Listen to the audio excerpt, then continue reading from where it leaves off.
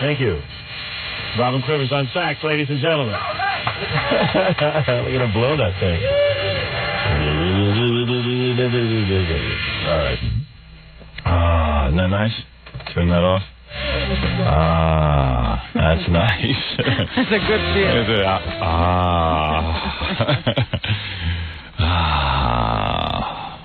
Nice job on that sax, blowing that sax, Robin. Thank you. That lucky sax. Well, you blew that sax. You know, I have to lick the reed and get it wet. I saw that. I saw you tonguing the reed before you blew the sax. Anyway, good morning.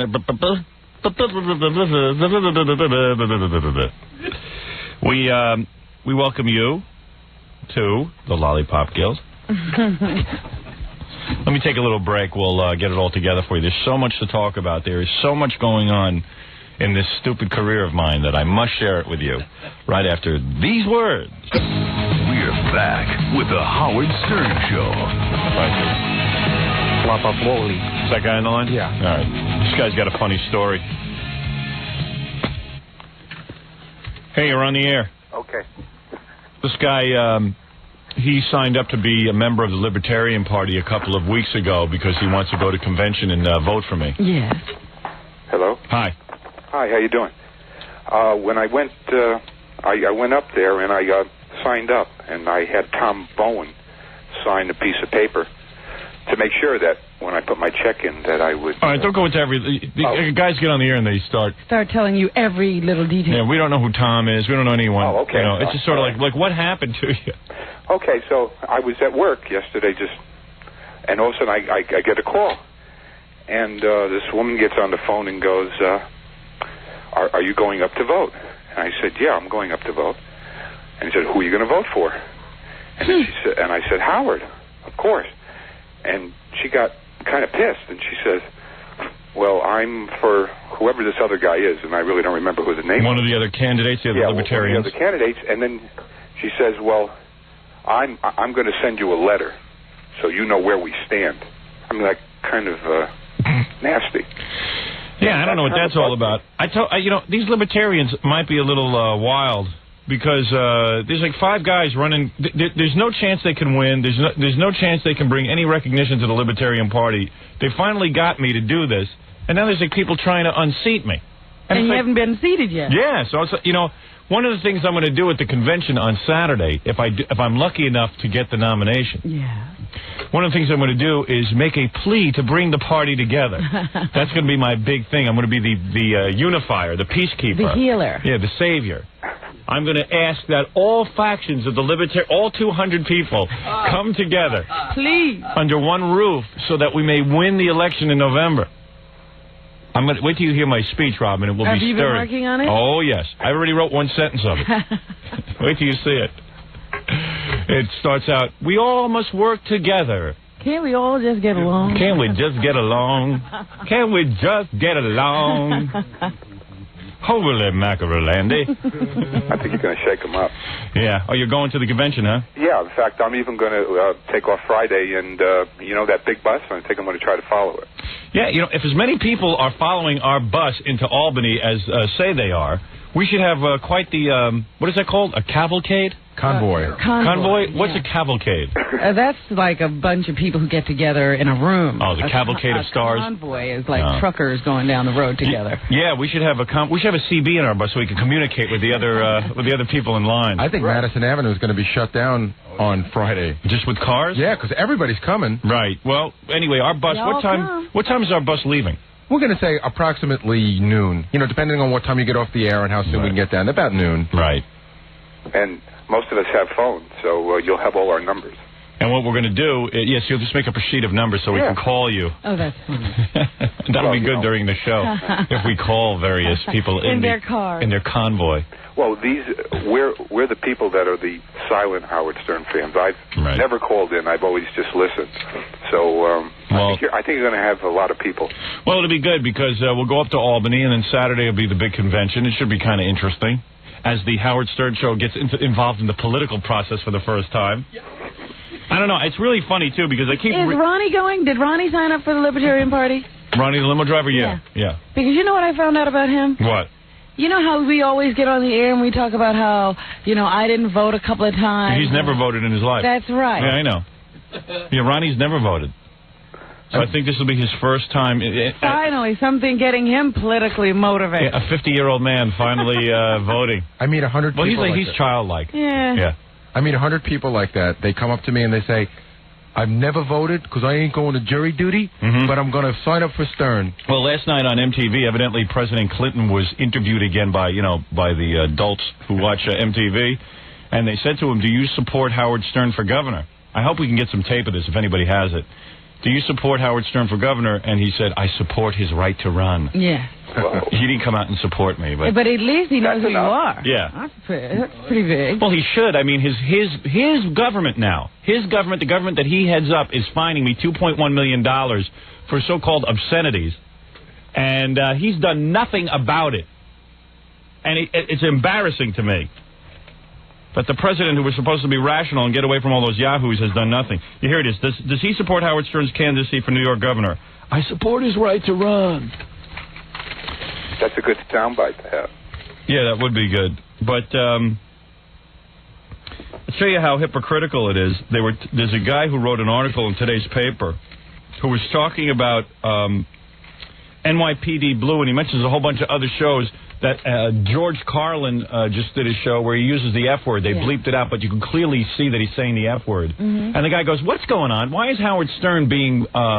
Railroaded. Why is he being fined $2.1 million while, I don't know, NYPD Blue, George Carlin using the F word, and it's clearly the F word. It said 7 times. Yeah, 7 times. Why is it that Madonna can go on Letterman and use the F word 7 times, and no one has... The guy's name is John Podohoritz. I don't know how to say his last name, but... He goes, what's going on here? Howard Stern is facing $1.6 million in FCC fines for using language you can now hear weekly on NYPD Blue, and never has Stern been as foul as Helen the ill-tempered ticket lady, whoever that is. Who is Helen the ill-tempered ticket lady? I don't watch NYPD Blue. Oh. I wouldn't know. The George Carlin show was in danger of blowing away like a dead leaf until Sunday night's episode, which has already been featured on Entertainment Tonight, and is the subject of this piece, not to mention several dozen others, for using the F word. Madonna uses the F word. What's going on, the guy says. What's going on? He says, while disc jockeys get the wrath of Washington visited upon them, the networks are daily relaxing the standards that they themselves set decades ago to avoid public wrath and licensing challenges. Well, they know the focus is on you. Yeah. They can do anything they want. Yeah, everyone's doing everything. It's really nuts. Been 2 disc jockeys in New York here. The 2 black guys from MTV who are real unfunny, Dr. Dre and Ed Lover. Ed Lover, yeah. So they're not getting any ratings, and so they're making a billboard campaign. Whenever you see disc jockeys getting billboards, you know it's their last couple of moments on the planet before they get fired. So and stations get resentful when they have to spend millions of dollars in advertising, and then they get no ratings. So they have an ad with these 2 guys nude with just frying pans over their genitals. And I'm saying they're going to run that on buses. That's okay. But my book, when I just put my hands over my genitals and block them, that was no good. They had to put a big bar across my book. It's only me. I'm telling you it's only me. It's only about me. Here's another example how it's only about me. You got to hear this one. We just put out a tape of our pay-per-view special and all the backstage goings-ons. And the backstage tape was so wild that when the New York City Council saw it, they enacted an anti-obscenity law at Newark Symphony Hall. Howard Stern's New Year's Eve show at Symphony Hall prompted Newark City Council to add an anti-obscenity clause to its Symphony Hall lease. It's difficult to see what that accomplished. They had Millie Jackson there over the weekend, I guess. Millie Jackson did a show that included obscenities, sexual references. There was no nudity, but plenty of provocative scenes, one involving Jackson and a banana, and another featuring a character shown in silhouette only taking a shower. So, in other words, there's an anti-obscenity law in Newark, but you know who it's for? It's for me, so I can never go back to Symphony Hall. You're the only one they'll notice. Yeah. Millie Jackson, no problem. She's been doing dirty shows for years. Well, Millie Jackson's a black woman, and the hypocrites on the city council there would never say a word about her. Just about Whitey. But you think, well, now that we know that there's this obscenity rule, let's make sure Millie doesn't do her show either. Yeah, well, yeah, we'll see. It's stupid to know how to figure that out, though. Yeah, well, you know what it is? They're all a bunch of hypocrites on that Newark City Council, and I understand from what I read in the paper, some of them are under investigation by the FBI themselves. So there you go. So much for hypocrisy. They're too busy to take care of obscenity right now. So we're going to go up to Albany. Hopefully I'll get the, I'll get the nomination. And we're going to go up Friday. Anyone who wants to follow us, we'll be in a big bus, and we're leaving from 600 Madison Avenue at about 12 o'clock, somewhere around there. Then we'll all go up to Albany and spend the weekend up there. Well, till Saturday. A day. If you guys want to spend the weekend, you can. Hello? Oh, just lost that guy. I don't know what happened. Yeah, I didn't even hang up on him. Just a quick ratings check, just so you know what's going on. Our show in New York, #1. Our show in Los Angeles, #1. Oh. Yeah.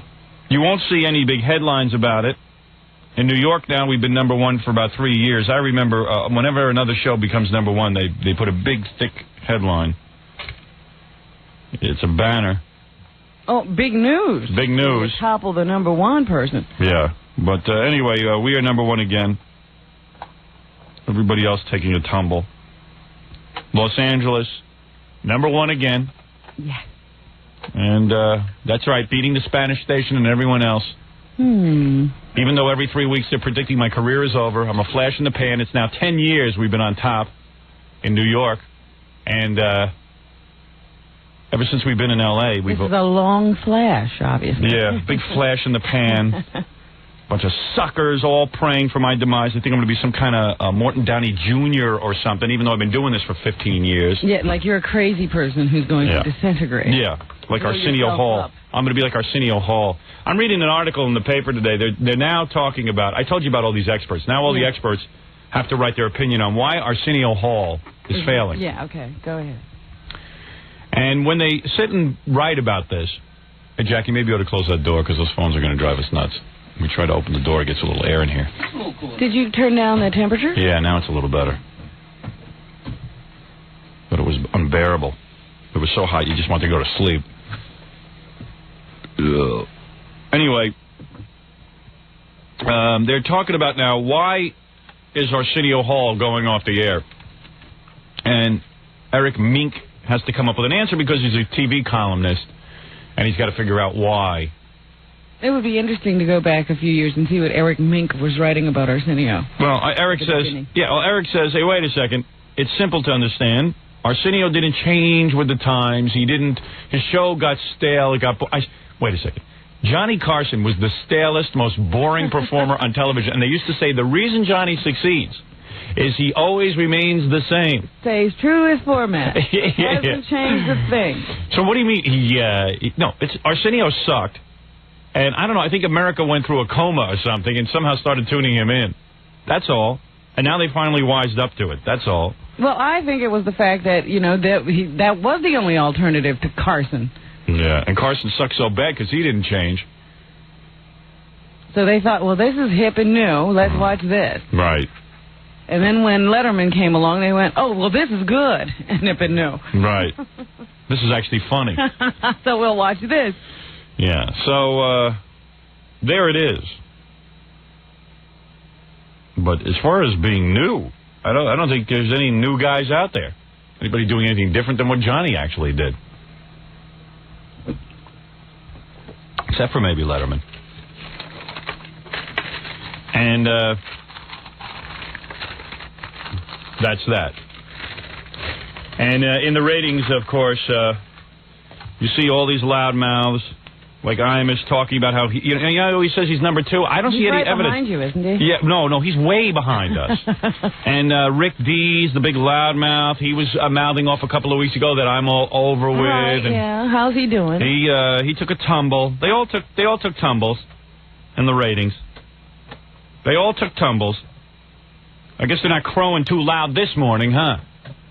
Dickheads. I wonder how he will explain it. You know, Rick always changes the ratings in the middle of the book. Yeah. He'll pretend that you're having a bad time. Yeah. Later on. Yeah, but you won't read anything about it. Dickheads. Mark O'Brien, Down, all of them. Because they suck, like Arsenio. They ought to resign from their shows. If everyone who sucked resigned, it would be a lot easier. Yeah, but they will only resign when somebody's not going to offer them a new contract. Yeah. Like Arsenio. Exactly. And what can I tell you?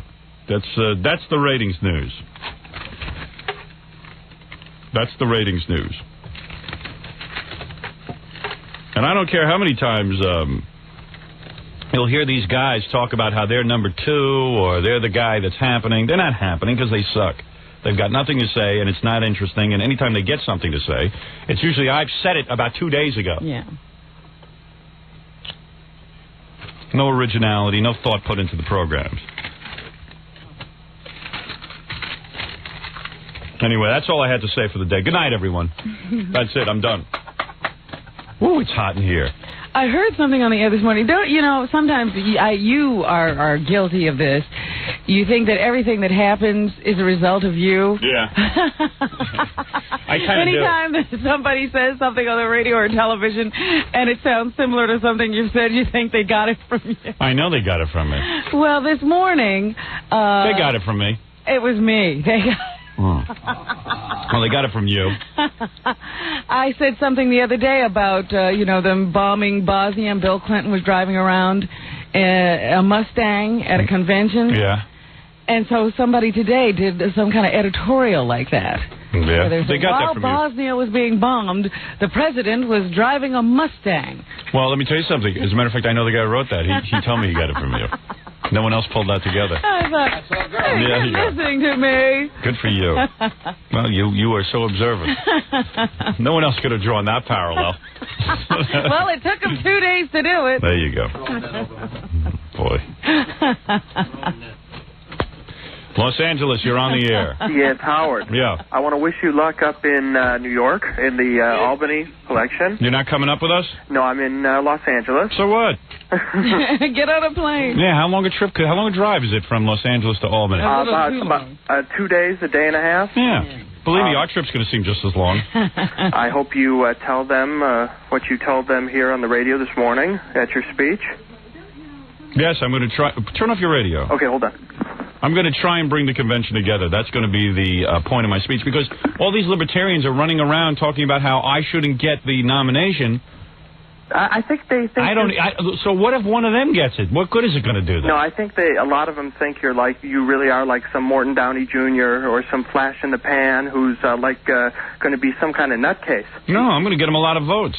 I did call for a request on the Elvis tapes.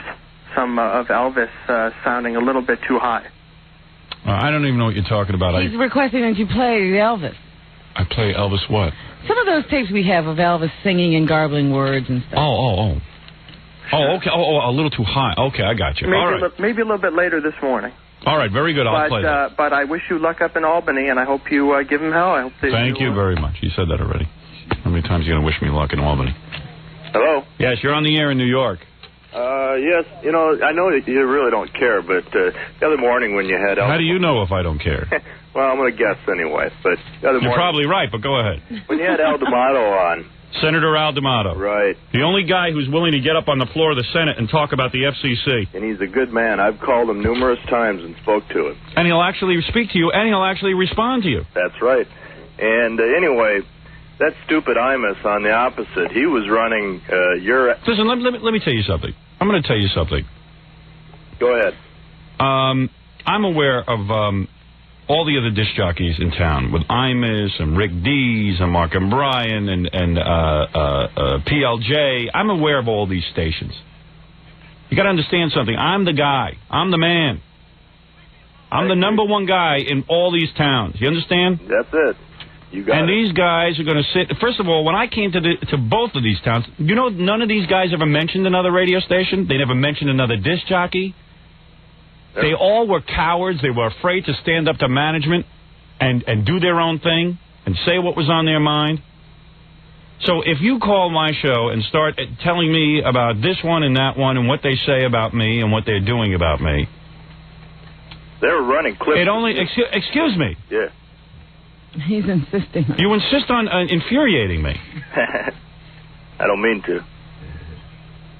I don't mean to. You're infuriating me. They're all dirt under my fingernails. Let me tell you something. The day that the audience becomes so fickle that they have to go listen to these lesser talents, I will leave radio.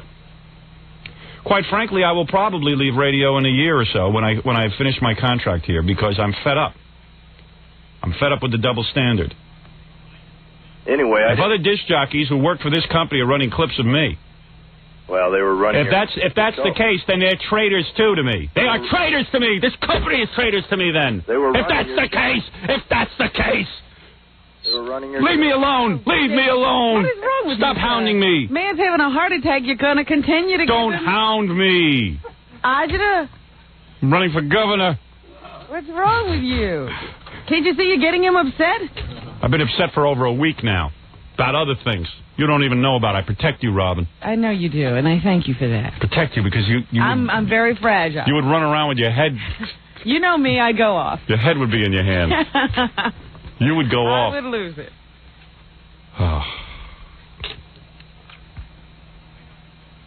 Don't call me with reports about other radio shows talking about me. Don't draw me into that. Sick of it. I don't want to talk about other radio shows. All these other radio shows. I came to this town. I know, listen, I've been in radio for 15 years. I know exactly what all these other disc jockeys were doing when I got into radio. Nothing. None of them had the balls to run a clip. None of them talked for more than a minute at a time. Mark and Brian were somewhere in Oklahoma spinning records when I started doing all this stuff. Imus was down to a minute and a half. He used to get in and out and do the weather and the news, and that was it. We know what he was doing. Rick Dees has been doing the same crap for the last 20 years with that top 40 garbage and the bad homo records. I know all about these so-called talents, so-called radio guys. Stop writing me letters about it. Yesterday, I'm going through my mail. No wonder my eyeball pops out. I get a letter from a guy. Do you know that this guy in Los Angeles in the afternoon plays mystery guest? And I read the name, Peter Tilden. I go, Peter Tilden worked for YSP. He's back on the air, and he's ripping me off again. I say, I know about all these guys. What do you think, these guys are original? There's no originals here. It's radio. I know who's been a traitor to me. I know who's on my team. I was going to sit it out today, but I came in because I'm running for governor. Really? That's right. And you weren't going to tell me? No, actually, I tell you. You come in and do the show. Do it yourself with the Jackie Joke Man. Jackie Joke Man. I'm not feeling well. Jackie Molly. Jackie Malone. They're copying me now. They're copying me now. All right, so she had a moment of weakness. So for 2 seconds she sounded wacky. The rest of the time she sounded coherent. Hey, it could happen to anybody. Damn right, At least I admit it. I bring it out in the open. We talk about it. And then we get it over with. Cleveland, you're on the air. Oh, I'm sorry. I should take a break here. All right, quickly, Cleveland. Go ahead. Yes, good morning. I hope when you get to Albany that people realize what you really are and you have to come back to New York with your tail between your legs. Oh. Well, there you go. Well, What there's is another. he? What am I Really? exactly? Do you have enough gas in your bus to make it back to New York? You know, funny you say that. Probably not, because Tom Chiasano, the way he's carrying on about the money being spent on this trip, all I asked for was a bus and some broadcast equipment and some hotel rooms. Well, with all the hot air on the bus, maybe you can make it back on that. Oh, shut up. What are you doing for anybody? You What big am I dope doing? sitting there in Cleveland doing nothing. I'm waiting for it to snow. Oh. What is your hostility? I don't understand, pal. Well, listen, you're not exactly the type of guy that should be in politics. You're not a crook. Well, who should be What type of guy should be in politics? Oh, no, he's actually for it. He's saying you're not a crook. You're not a crook. You're too honest about things. You know, it's funny. I keep reading about these so-called candidates, and, you know, they all laugh me off, and they'll go, well, he has a right to run. You don't grab women's tushes. You don't go out with other women. That's right. That's right. What kind of a politician are you going to be? Yeah, and I won't raise your taxes to the point where you pass. The so-called middle class that wasn't supposed to be taxed. Anybody here fill out their taxes recently? Yeah. Did you see where it went through the roof? Well, you're going to have these people working on roads at night. You're going to have one person get killed, and that'll be the end of it. Yeah, well, I don't know how I'm going to... What are you really going to do that's good for the people? Tell us right now. What are you really going to do? I guess I'm going to kill... This guy's wacky. Yeah, he's scaring me. He's all over the place. I think he's with us, but I'm not sure. He's on the fence. Yeah, I'm a little nervous with you. Well, I might be behind the bus myself. Oh, good. I hope you come to town and join us on our trip to Albany as and I am serious about this. If I read one more article about how I'm not serious about running for governor, I'm going to puke. How much more serious do you have to be? I have 3 causes that I think are legitimate. About giving up a weekend. What else do you want? And I'm honest about in fact, in about 25 minutes or so, I'm going to introduce you to several of the candidates that I'm... Who's your running mate? That's what I'm going to be doing this morning. I'm going to actually interview some running mates. Interview. I have, in fact, coming up at 7 o'clock, I have a woman who I think would be an excellent governor who will be on the phone, who I think you'll like her credentials. And I think that the people of New York would like her. Her measurements? I don't know. What this guy's up to. I'm trying to have a conversation with you. I don't know. He might be hearing voices or something. I'm not sure with him. Don't forget the spam for the bus. All right. Thank you. Goodbye. He was weird. Yeah, I think he went all over the place. He said, I have a lot of... Anybody Jackie considers weird has to be weird. There's one guy Jackie would not have at the barbecue. No, he ain't invited. No. He started out hostile to you, and then he seemed to be on your side. Then he went the other way. Yeah. His bus was swerving all over the road. Yeah. Should be an interesting convention. By the way, Robin, just so you know, the way I have it figured out is that, let's say we leave for Albany around noon on Friday. I think before we leave, there will be selected members of the press. We've received over 100 press requests to be on the bus with us.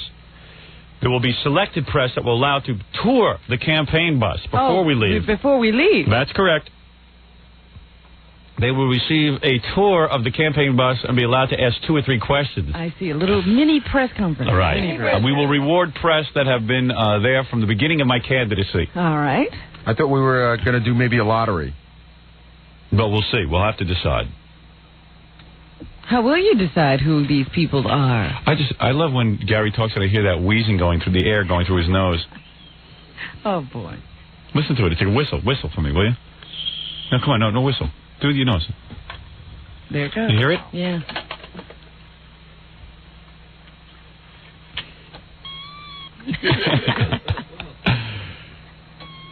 And I love to watch Jackie's face as he stares at Gary and like soaks him in. It's the greatest look. I don't know if we're going to do a lottery for those people or what. Okay. We were also going to decide how many press conferences we were going to do when we actually got up to Albany.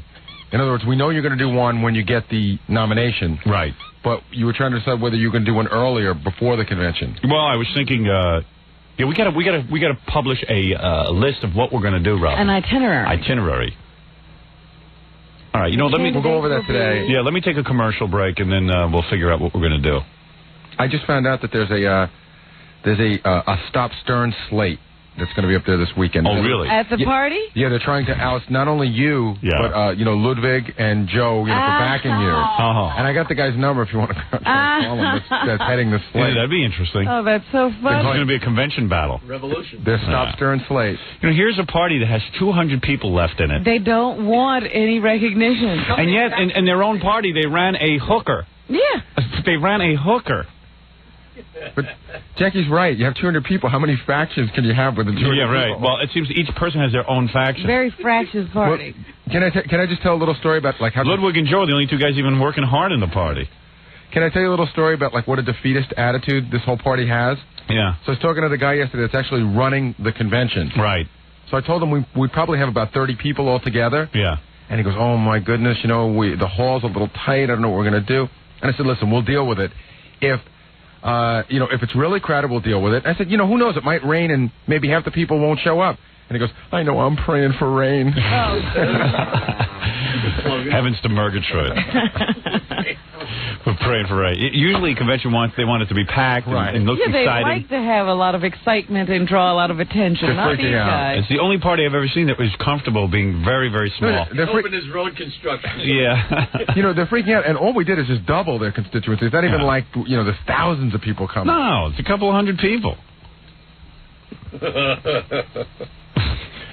They're amazing. The Libertarians are truly amazing. I know. Well, listen, if they're not comfortable with all this attention and being written about and people analyzing what a Libertarian is, all these articles, if they're not comfortable with it, all they have to do is vote for one of the other candidates, and I will slip back into my hole. May I ask a question? Yeah. Should that happen, which I don't believe it will, but should it happen, will you give up the race or will you turn independent? Well, that's something I'm not comfortable answering right now. Okay. All right? So there. Mr. Nosey. I just want a death penalty. You have to read. Wait a second. Do I have time to read an article here, Fred, or do I have to take a break? All right. Governor, before you make those comments. All right. Wait. You got to hear what's going on now. This is the greatest. I got to read you something. It's real short. All right. When we come back. We're back with the Howard Stern Show. Is that right?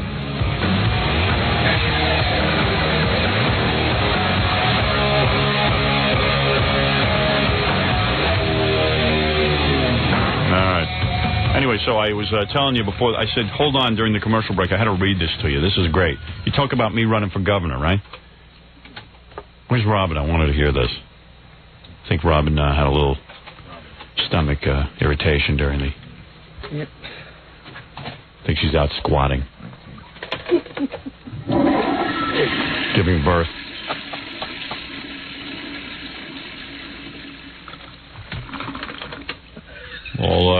All cleaned up? All eyes are on you. What? All eyes are on you. What did I do? Well, where were you? I was in the room looking at faxes. Yeah. Oh, okay. Really? Yeah. You weren't in the can? Nope. But you had one of those difficult ones. I came in. I would have come in from the other side. Oh, is that right? You only come in from that side when you go to the bathroom? Yes, because I have to get back as soon as possible, true? Yes. I know sometimes during the show you get that urge and you have to go. Not often. It's like one of those where an hour to clean up. You know what I'm talking about? Longer than any newscast or anything is that actual work. That's more work than anything. Right? That takes up a lot of time. Oh, yeah. I know that problem. I've had it. Had it yesterday. Had it twice yesterday. Oh, no. Oh, yeah. A lot of cleaning up. Hope you were near a shower. I was near one. I didn't hop in it, though. Cleaned myself out. All right, anyway, I wanted to read this to you. This is great. Talk about me running for governor and the nonsense that's going on around it. For a guy who supposedly isn't serious, it's causing a lot of problems for certain politicians. This is from Rochester, New York. It's called New York Notes. Albany. His candidacy may be a joke, but radio... It may be a joke. What is it? Why is my candidacy a joke? Why is it? I got 3 good issues. His candidacy may be a joke, but Radio Shock Howard Stern is undeniably getting under the skin of some politicians in Albany. This week, the Assembly's chief sponsor of death penalty legislation nearly hyperventilated while citing the blowhard Stern as one of the most important reasons to bring back capital punishment. What? Howard Stern has threatened to turn the governor's race into a farce, said Assemblyman Vincent Graber, Democrat, West Seneca, Erie County. Guess what his main issue is? Passing the death penalty. By delaying and not overriding the veto that I'm sure will come, we're giving Howard Stern a platform. In other words, so I've got a really good issue that I stand behind, and now the guy's saying, but I shouldn't have that issue. We should have taken it away from him. Why did we give this to him? Yeah. What a silly comment. But look where the guy's from. He's from... Seneca, Erie County. Whoever that is. People who normally wouldn't give a Howard Stern for governor campaign a second thought, they may now listen, because poll after poll after poll shows that people of the state of New York want a death penalty, and we haven't given it to them. So in other words, you got a guy saying, I'll give you the death penalty. This guy who wants the death penalty is now upset. Yeah, so now he's against me. Isn't that brilliant? I agree with him, and he's against me. Yeah. You have a choice. Are you going to allow the governor's race to be turned into a circus with a one-issue blowhard, soaking up the headlines and protest vote like some kind of obnoxious joke, or are you going to listen to your constituents, your friends and neighbors? Boy, I would love to have a tape of this guy blowing off like this. Anybody got it? Maybe it was recorded. That junk up there? I don't know if it's that important that they have to sort of chronicle that whole thing. Let's pass this bill, Graber concluded, and let's pass it with 100 votes. It's high time we did this. The bill passed, but only 89 to 52, well short of the 100 votes needed to override the expected veto by Governor Mario Cuomo. Oh, so you were his reason to rally the troops. Yeah. Still didn't work. Yeah, so evidently people didn't listen to him. So you do need me as governor so that we will have a death penalty. I guess the people were voting that you do make the election a joke. Yeah. Really wild stuff. I tell you, I watched TV yesterday, and the Rodney King story came on that he was awarded $3.8 million, and I got so sick to my stomach. I mean, literally sick to my stomach, that I had to turn my TV off. And if you think I'm joking, I'm not. I turned the TV. I got so disgusted. Well, you better not put it back on. You know, they have to still go into another set of deliberations. Oh. There could be even more money. Yeah. Well, fortunately, he's suing I think just the cops in the next one, isn't it? Well, they, want to know who is totally responsible. Yeah. And they could be as high as the police commissioner. Oh, really? Yeah. Well, most of those cops, I guess, I don't know. I don't know what the story is, and I don't know where this is going to end up, but I got nauseous. I got sick to my stomach. $3.8 million. They made a millionaire out of a drunk driver. A millionaire. The only consolation you have is that you know that he'll piss away the money. Already, I think, isn't there some woman trying to get her hooks into it? I don't know anything about that yet. I thought I read something about that, but maybe I'm wrong. I could be wrong. My command of my retention span is minimal, so I don't know what I read. I could have been reading about some other nut. But Rodney King is a multi-millionaire today. Well, you can't call him multi. 3.8 is multi. 1 is not multi. 2 is multi. 3 is definitely multi. No, you're not even really a millionaire until you have $5 million. Well, give me $3 million. I'll act and behave like a millionaire. That's not. Anytime I hear million, that's a millionaire. I know. I read that too. Someone said you're not really a millionaire today unless you have $5 million. I go, oh, that's great. I get a good job and they keep pushing up the. That's right, the millionaires. Yeah, big deal. Can you imagine? What is it, Phony? Ruth Messenger. Good. Now this is good. Yesterday, I began looking and searching for candidates to be my lieutenant governor. And the only reason I want a good candidate for lieutenant governor is because you're going to turn over the state to them. As soon as I win the campaign, I'm going to eventually turn it over to somebody responsible who can actually run government. Gary, bring in the statistics on these people that I have. Flunky. Now, so I sat down with my campaign selection committee. Me and Jackie. Which Jackie and Robin. I'm not going to believe this. Who my campaign selection committee was.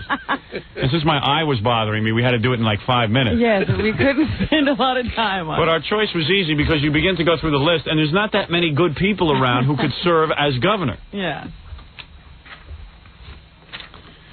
So I'm going through the list of people, and then I see the name Ruth Messenger. So Gary says to me, I right away. Let me put her through for this. She should hear this. Ms. Messenger? Yes. Hi, how are you? Very well. How are you? Pleasure to speak to you. It's great to speak to you. It's an honor to be on this list. Well, thank you. You're on my short list. Oh, I'm so glad you're honored. Yeah, thank God someone's honored. Well, Ms. Messenger. Yep. Am I saying that right? Ms. Messenger or Mrs. Messenger? Ms. Messenger. Ms. Messenger. Or Ruth. Ruth, Howard. May I call you Ruth? Absolutely. All right. Well, she's your running mate. Yeah. Well, a possible running mate. Possible. We should get on a first-name basis. Right. Anyway, so right away I was saying it's going to be a tough campaign. There are those people who are prejudiced against me. They feel that perhaps I'm too outrageous to be the governor. And I often say, listen, it has nothing to do with me. And forget if I'm out. I'm not even going to be the governor. Well, Ruth's going to be the governor. You're making a very good point, and this is often what candidates do. Right. They try to attract another segment of the voters by selecting a good running mate. Right. So I'm sitting there, and, Congressman Serrano had asked to be my running mate. And I said, I don't know. He's a good, I like the guy. He's a great guy. He's a great politician. I said, but... him being Spanish. Immediately you started to underestimate the voters. Yeah, so, right. I said, people are so tacky and shallow the way they vote. Right away, a lot of these upstate white guys won't vote for Spanish guys. Ms. Messenger. People are prejudiced. Let's be honest. People sure are prejudiced. They are. That's true. Right. I am surprised you're considering a woman. Well, I was going to ask about that, but I'm glad you asked. Well, let me get to it. Let me get to why I consider a woman. Okay, so... I have no problem with a woman being governor. As you know, I back Christy Todd Whitman. Yeah. Sure. I have no problem with it.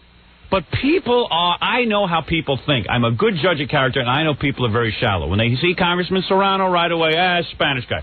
So we're sitting there in our selection committee, and the name Ruth Messenger comes up. I go, now there is a good woman. That is a woman who could actually be the governor and do a real good job, except she's always, because she's a woman, no one ever really gives her serious consideration. And then Gary goes, also because she's black. Now, wait a second. So I said, I have seen Ruth Messenger on TV. I've never met her, but I've seen her on TV. I said, there is no way she's black. Now we get stuck in a big argument. Gary goes, well, I have met Ms. Messenger on three occasions, and she is a black woman. Let me amplify this. Ms. Messenger. This is the most exciting discussion about me I've ever heard. Oh, you should have heard what was... Tell us that he voted for her because she was black? Yeah, now you said you voted for Ms. Messenger because she was black. Not only did I vote for her for Manhattan Borough President, but she before that, she was in my district. Right. When I lived on 105th Street, I voted for her then. Yes.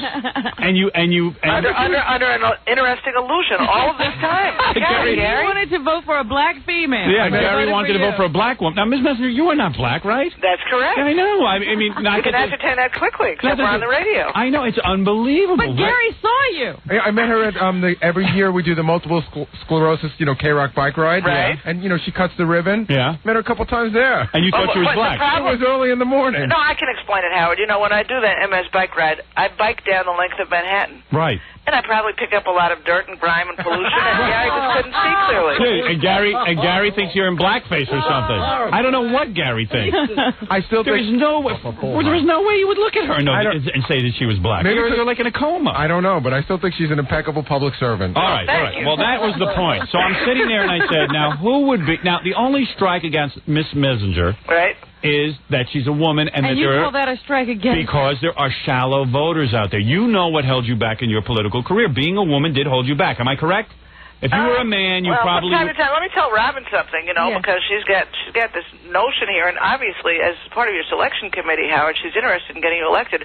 Robin, 53% of the population in this city is women. Oh, I can imagine. And 58% of the vote in the city is women. So that's one reason why I gravitate to the city. Yeah, well, here's the deal.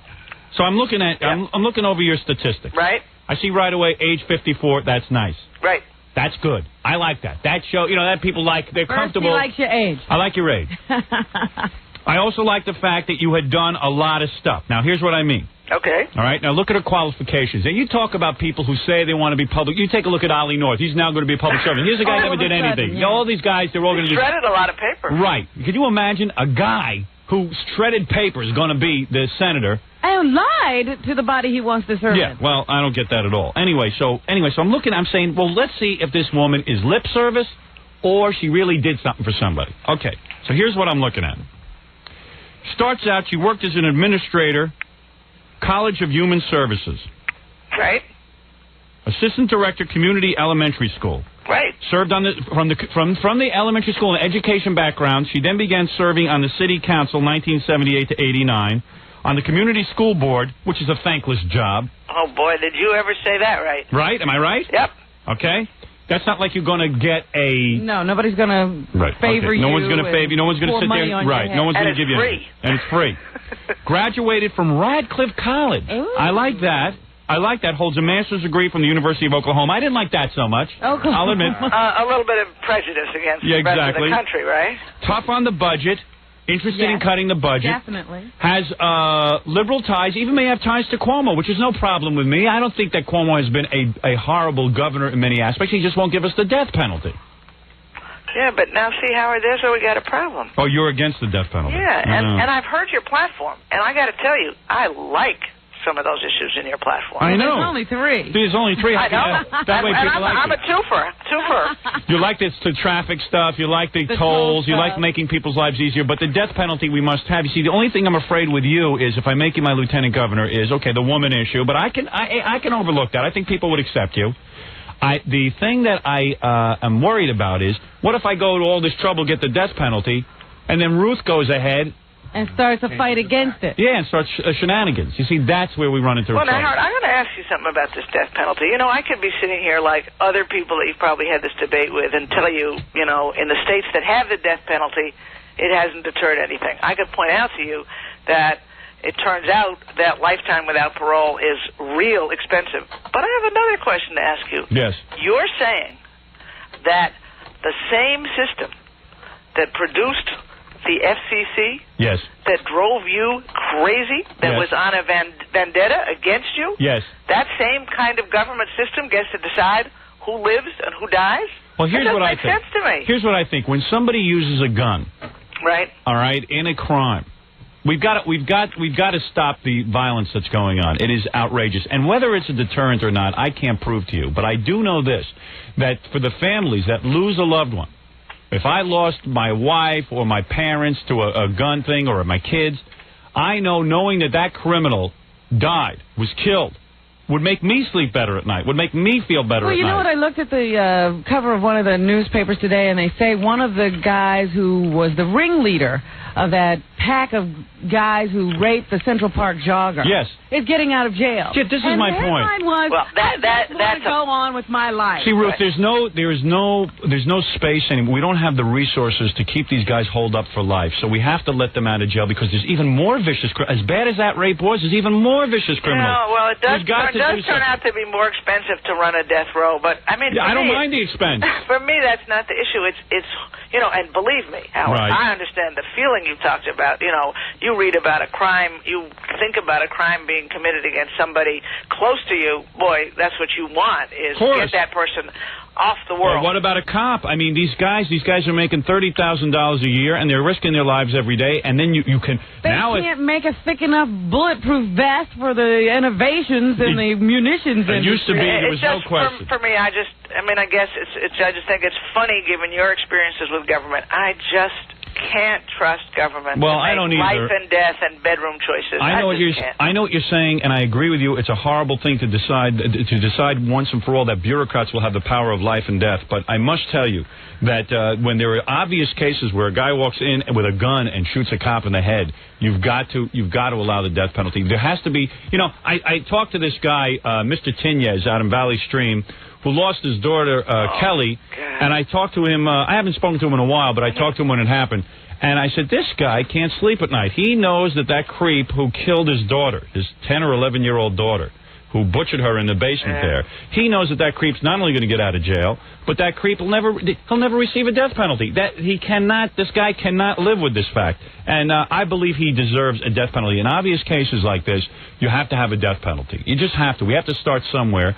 It's not quite caning that I would like. I would like the caning to come to New York State. But since I can't bring that, I would bring the death penalty. So, Ruth.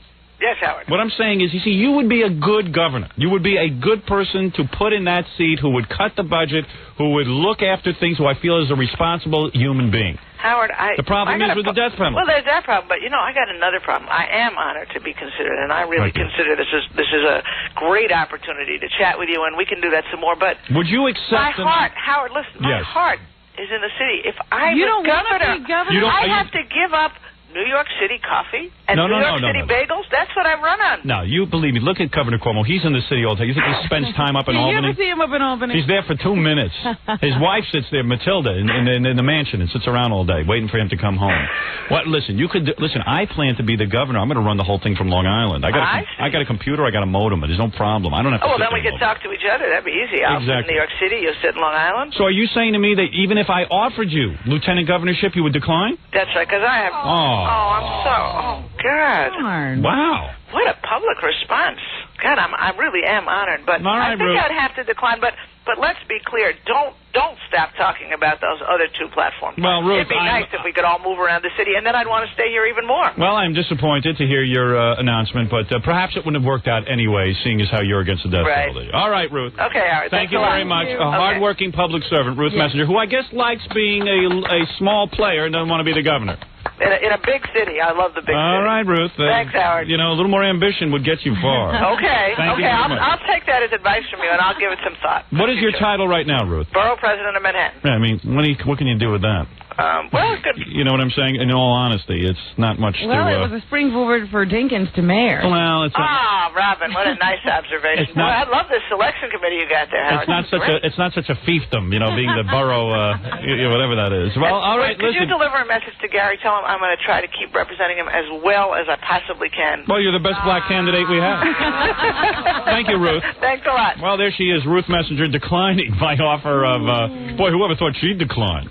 All she'd have to do, she wouldn't even have to campaign. All she'd have to do is sit back and be the governor. She could continue to be borough president and governor. Well, listen, she's got an important job picking the animals for the Central Park Zoo. You know what I mean?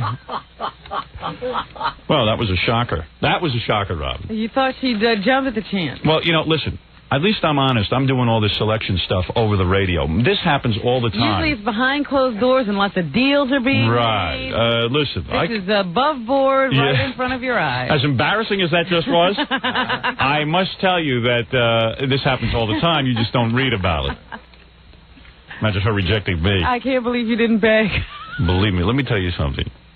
She couldn't have won this for us anyway. She's too liberal. Yeah. Way too liberal. With the death penalty stance, I think it would have been a bad match. Yeah, and I left out some things in her background. She was on the liberal line. You know what I'm saying? Yeah, it's too liberal. Too liberal. You think a little too much of those social services would have been enacted? Yeah, well, yeah, she's a little bit of a bleeding heart. Which is good here in Manhattan. There's lots of Jews, they like that. But, you know, I got to think about the whole and state. The rest of the state. That's right. But she is a hard-working woman. She was,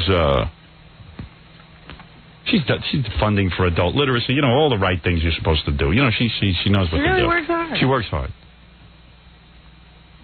Our first choice. Gary thought she was black and has been in her presence. Yeah. Oh, he's met her 3 times, and he's in there in the select. We had a big selection committee yesterday. It was me. Well, Fred was busy, I guess.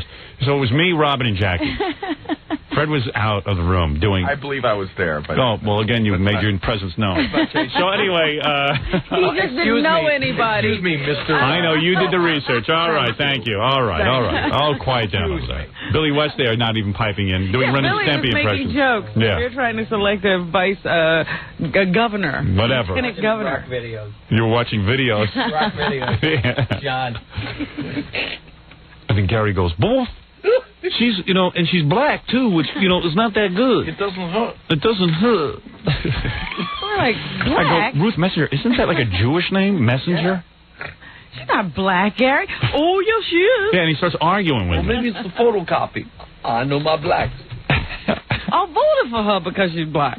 Is that what he said? Yes. It said it right on my ballot. Can they label what people are in the voting booth so that people know what they're voting for? Not black. You should have heard the names that were coming up.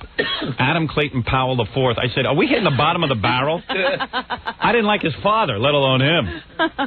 Adam Clayton Powell IV. We're going to talk to a bunch of other people this week. Yeah, and by the way, Ruth Messenger was not my first choice. Well, she was just the first person we talked to. Don't put her down because she turned you down. She wasn't that good anyway.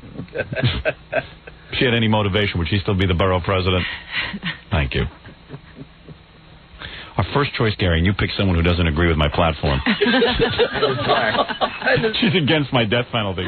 And she's black. And she's black. We're rolling. Well, it might be Congressman Serrano after all. Might be Congressman Gary. We got to find some legitimate candidate. I know. You know, I could always do it after the convention. I'll tell you why. I was thinking about this. Even if the Libertarians choose someone, yeah, right, I will make a stink and say, this is who I'm running with.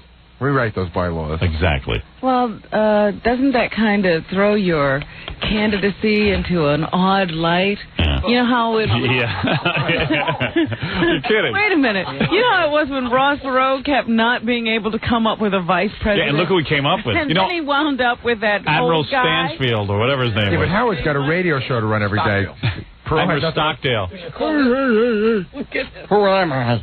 What was that, Admiral? Who am I? What am I doing here? Well, wait a minute. I forgot to turn my hearing aid on. Yeah, oh. That's better. Is the election over? Hey, maybe we'll pick up a candidate hitchhiking on our way up to Albany.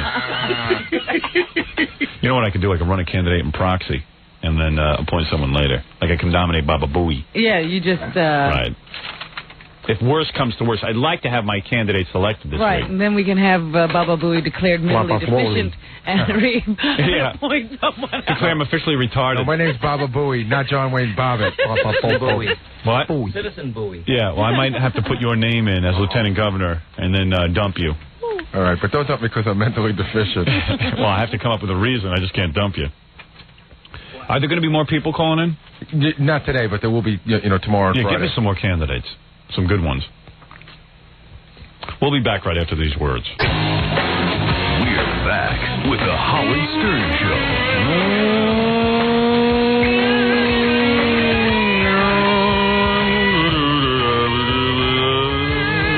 Thank you very much. All right. By the way, next week when you tune in, Monday you'll hear the whole trip down to Albany, and then Tuesday you'll hear the convention and everything that happens, and then Wednesday we'll be back live. That's how the. We're not here Monday and Tuesday? Well, I'm trying to tape 2 shows on. Well, you know the plan. If we're Nobody tells me. Are you insane? You got to just stop that.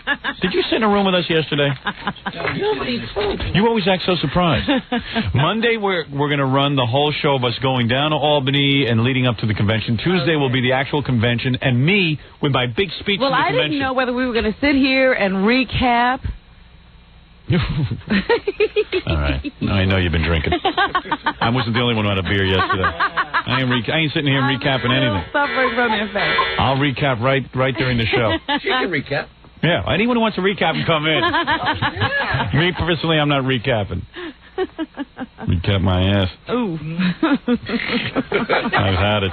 Recap. Beam me up, Scotty, you bastard. Recap. Robin is not recapping. No, here's what I figure. It's going to be a long, arduous task getting the nomination this weekend. Yeah. It's not going to be easy. It's going to be a hard-fought battle. All of our supporters will be there with us in Albany. There's going to be plenty of people to interview, talk to. There's going to be 2 days of radio there. Easily. Possibly 3. But and we will come back on Wednesday. Well, we'll come back at some point. It's going to be an orgy with tape recorders. That's what it's going to be. I might be taping. In fact, I want tape recorders on, and I'm making this edict right now. I want tape recorders on at all times, even when I'm sleeping. Even that's interesting. This all has to be chronicled. I'm about to be the next governor of New York. This is the documentary of your run for the governorship. Exactly. Everything should be documented. You know, Nixon is, I guess, dying in the hospital. So he had a setback, Howard. The funniest thing is there's some guy, I turn on the TV and then I see in the newspaper there's some guy standing out in front of Nixon's hospital with a big sign that says, "Please, get well, Mr. President. America needs you. And Henry, too." And I wonder, who are these guys that do this stuff? Make a big sign and go down and say that we need President Nixon. He looks like a guy who should be working. Yeah. William Kavanaugh of New Jersey holds up a get well sign for Nixon. I can't imagine feeling that deeply for Nixon. Not that I'd write a sign. Yeah, I mean, just think about what goes into that. I mean, you got to go out and buy cardboard and get a big marker and create a sign and have a thing to say to him and stand out there like that. Do you think that was just to get his picture in the paper? Why don't I go out there today in front of the hospital with a sign? See if I can get my picture in the paper. Hey, I ought to do that. What can I write on my sign? Sleep tight, you bastard. No. 1-800-52-STERN, our new videotape. Mr. Nixon, please call. I need a running mate. Yeah. But I just wonder, I would like to follow this guy around and find out, what else does he do? When did he get the idea? I'd like to interview him, William Kavanaugh. of New Jersey. We probably could find him. Yeah. What if we found out he was Melrose Larry Green's father? Wouldn't surprise me. That's the guy who stands out on Melrose Avenue with the big signs. But, I don't know. Does he have kids? Sorry, kids, I can't make breakfast today. I gotta go make sure Mr. Nixon sees my sign. And a wife. Sorry, honey. I know what I'm gonna do. Where is this hospital? Jackie O is there and Nixon is there, right? Yes, New York Hospital. I'm gonna make a big sign. After the show, I'm gonna go stand out in front of the hospital, just for like an hour until the reporters can get there. I'm just right, Mr. Nixon, am I in your will? No. And with a big question mark on the sign. Very touching. How about this one? Hey, Dick, go leap on Jackie. Nail her. You're single, you bastard. That's not wrong. She needs it. She could use it, you could use it. She used to sleep with the president. Yeah, she's used to it. Mr. Nixon, I need your endorsement. I'm for Howard Stern. Oh, no, now he has a stroke. He has not regained the ability to speak yet, Howard. Oh, gee. I'm going to miss hearing that voice. You should say that Nixon was about to come out for you. Yeah. Jackie O got her own room, or she's bunking with someone else? No, she's got her own room. Yeah, I guess she gets her own room. She's special. She's better than the rest of us. And security guard. Yeah. Probably got TV. Nixon, too. No, Nixon has no TV. He doesn't want to pay the $3. No phone, no TV. I love when you go to the hospital, there's a separate guy who you got to give $3 to for the TV. Yeah. They don't soak you up. Yeah. $490,000. And those guys, and now it's a special $3 fee for your TV. Those guys get their money while you're there. Yeah. You can't get that TV unless you give them the money. Yeah, you got to give them cash right then and there. It's a shakedown. Yeah. It's like, well, dudes, why should it cost me money for TV? You guys got a basic cable service. Right. That's good enough. I think I see another platform for you. What is it, Baba Boo? Most hospitals don't even get basic cable, you know. Oh, is that what it's a TV service? You get 2, 4, 5, 7, and 11, and 9. Right. No HBO. No, HBO. And that's what you pay $3 for. You have to watch soap operas and game shows. I like the guys who go, I'm not paying the $3. I'm going to lay here bored out of my mind. And hope my roommate gets a TV. Yeah, right. It's a big battle, big struggle. Oh, can I have $1.50 and split that with you? Want to go halves? Nah, I'm only in here for breast cancer. I'll be out in 2 weeks. You're in here for lung cancer. You're going to be in here a lot longer. Hey, here's something kind of cool.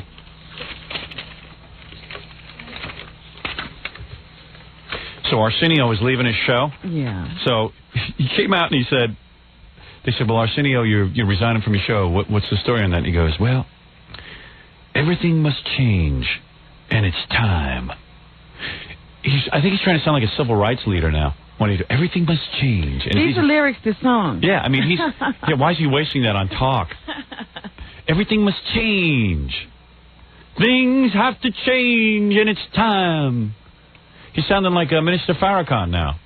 He's got a heavy statement for everything. No, you suck, and you have to leave. That's all. Actually, it's already a song. It was a song written by Quincy Jones. Was it? Everything must change. Yeah. Gee, I missed that one. You're on the air in New York. I'm on the air? Yes. Oh. Lower your radio. Oh. It's off. All right, thank you. Is this Howard Show? Yes. Oh. I'm not on the air, though. Listen, I have a possible candidate. Okay. I got to run this by you quick. John Kennedy Jr. Oh, please. No, why? What has he done? Nothing. He's so well loved, you get the vote. He flunked the bar 3 times. He finally gets that stupid bar exam. He gets a job that his family gets for him, and a job that any lawyer would kill for. You usually have to be like a Yale graduate or something to get a job with the district attorney. Special. Yeah, you got to be a really even passed the bar. You got to be a really distinguished student. So he gets that handed to him. Okay, all right, that's okay. He'd sure get the vote for you, though. Then he finally, what? You would vote for him? I would. I think a lot of people would. He's dreamy. Well. I bet he can't even dress himself. And then all of a sudden he gets this job, and what does he do now? Now he gave that was a 3-week career, or a year, I don't know. He walks in so he can go skiing every day with Daryl Hannah and rollerblading. That was a thought. I'll tell you what kind of vote he gets. There was a you broads are nuts. In the Inquirer or one of those things this week of him romping with Daryl Hannah in Central Park. And a friend of mine just looked at it and said, "Oh, look at that! What a lucky woman." I wasn't even thinking along those lines. Oh, believe yes, me. you I'm not. were. No, not at all. Well, what line are you thinking about? Not at all. Actually, the first person I thought of would be perfect would be D'Amato, but he's supporting that other guy, and he didn't want the governorship. But why would you think that John Kennedy Jr., if you want a serious candidate, he hasn't done anything. The only thing he's done is Daryl Hannah. He got that bird jackpot of being a Kennedy. Yeah. But I just thought he would get the vote. And that would be a shoo-in for you.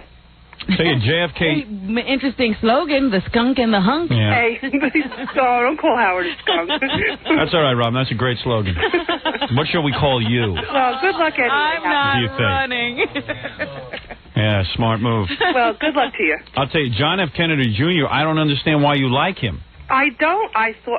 I'm not even saying that I like him. I just thought he would get you the vote. It would be an easy way for you to get in. JFK Sr. is more active. Thank you. You're welcome. He's a better political ally than JFK Jr. And I wasn't really calling you a skunk. I just thought that's what reporters would pick up on. Yeah. He was your running mate. Cleveland, you're on the air. Yeah. I don't ask how. Figure Howard's got to get ready to do a little bit of like Bill Clinton did, with tried marijuana and didn't like it. I heard within the last month he was talking about LSD and that. I tried marijuana and didn't like it. Yeah. But I did it endlessly. Well, I thought I could talk myself into liking it. I figure at the convention you got to do a tried LSD. I didn't like LSD. Didn't hallucinate, didn't like it, yeah. What are you talking about? You're a kook. Yeah. People can't even communicate. I don't even know what his point is. I'm the only candidate that admits to drug use. I did Quaaludes and loved them. You even admit to brain damage. Yep. I admit to everything. So what? I could still pass the death penalty. Any idiot can do that. I'm just an idiot who's willing to do it. I bet you I win, too. I don't care what any of these people say. Well, when I was delayed getting back into the studio, it was because I was reading this thing from the Gannett News Service. What do they say? Howard Stern expected to win New York Libertarian nomination. I think I will. If the mantra of the 1992 presidential election was, "It's the economy, stupid," that of the 1994 New York gubernatorial race could be, "It's the ratings, stupid." Howard Stern, the flamboyant radio announcer known for morning discourses on masturbation, flatulence, and genital size, is taking on Governor Cuomo, a Democrat who's held the post since 1983. They say you symbolize a kind of everyman's humor, and you're expected to win the nomination of the Libertarians in their statewide convention this Saturday in Albany. Isn't that funny? I symbolize the everyman's humor, and yet I'm being fined $2.1 million because the guys in the FCC decided that every man doesn't want to hear this. You can't win. Stern says, "I'm going to win. It's a big joke now, but wait till November." Yeah, wait. I'll be frying people in that electric chair come, I figure, 3 months from the day I take office. Stern's platform rests on 3 issues: electrocuting some felons, automating highway toll booths, and requiring road work to be done at night so as not to inconvenience motorists. Yeah, and that road work can't go on at 5:30 in the morning because that's not night anymore. 5:30 in the morning is rush hour. 5 o'clock in the morning is rush hour. For God's sakes. All you have to do is look at the road and know that.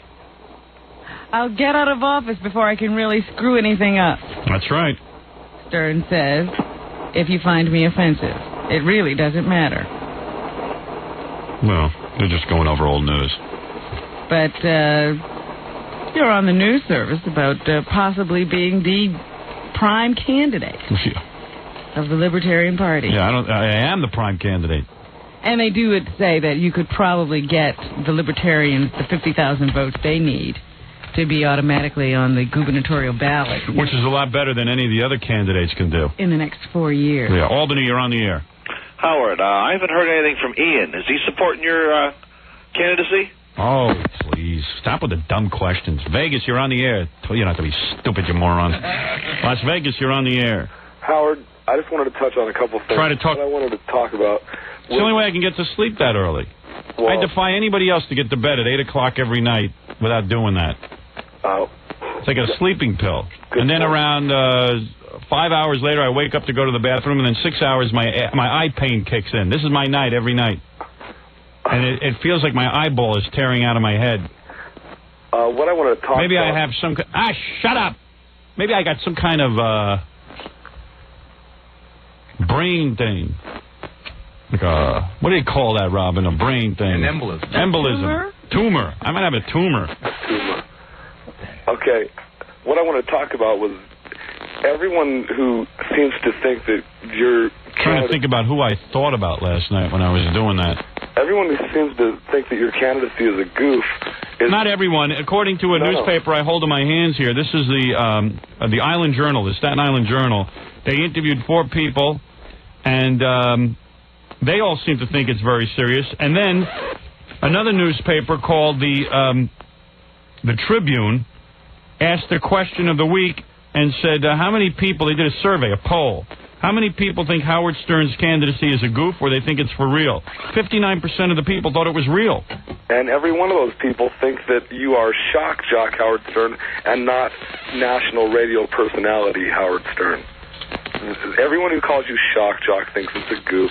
Everyone who thinks that you are for real knows that you're an actual radio personality. Well, I read every day in the paper how everybody wants the death penalty. So I said on the air, I've got enough people behind me that if you really want the death penalty, vote for me and I'll give it to you, and then I'll step down and give you a real governor. Absolutely. So how the hell can you argue with that kind of logic? You can't. Well, a lot of political analysts are saying that you can beat Governor Cuomo in this article. Is that, well, then name one. I got to hang up with this guy, not because he's not making sense, but connection is terrible. We have a real bad phone line. I'm sorry.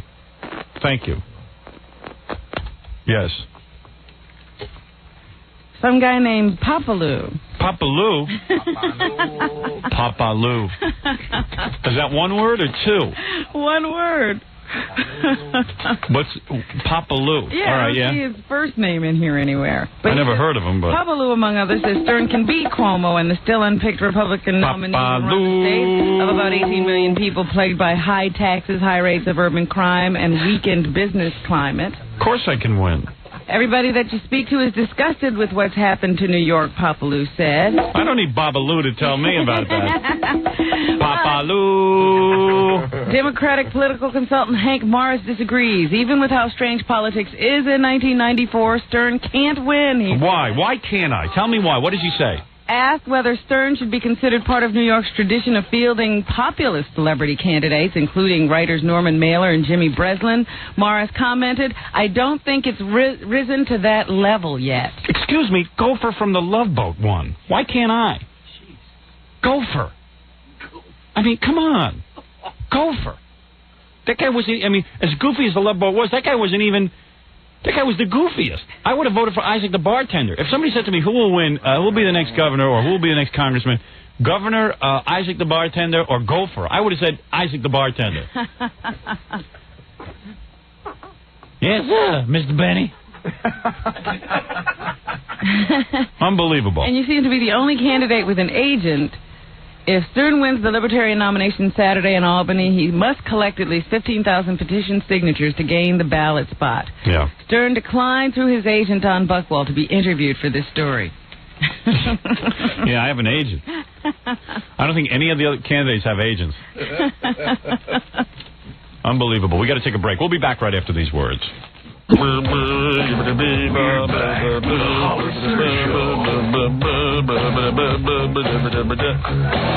reading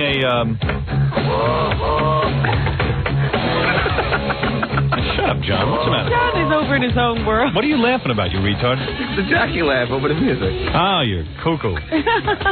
You're a kook. That's what you are. A stupid kook. He's like, what did they call you at birth? He's happy as a what? As a mongoloid. John is a mongoloid. Yeah, as a matter of fact, here I got a couple of new sounds I can play for you. As you know, I have the IBM ThinkPad set up with my sound program. Yes. All I got to do is plug in, and I can play you some stuff. Uh-oh. Set up sound error. Couldn't do the Roseanne. Let me just hold on. It's an error. That's all right. I'll fix it. 2 seconds. I can do this. All right. You ready? All right. One of my sounds disappeared. Oh no. It's all right. Here's this guy, I think his name is Jeff Young, sent this to me. This is a little musical entertainment. This is the Pink Floyd Money. Oh, no. Done with, I think Jackie is on this. He wrote me a note. He says, I'm not obsessed with Jackie. He says, it's just his sounds. I don't know. I just can't take it. And this guy's from Connecticut. He's a big fan of Jackie's sound, so he's going up to Hartford to see Jackie. Wonderful. And he wants to make sure that the place is packed so Jackie will keep coming back, and he wants to hear Jackie's sound. So he's going to make sure of it. Yeah, we're a big Jackie fan. So here it is, Money. Jackie.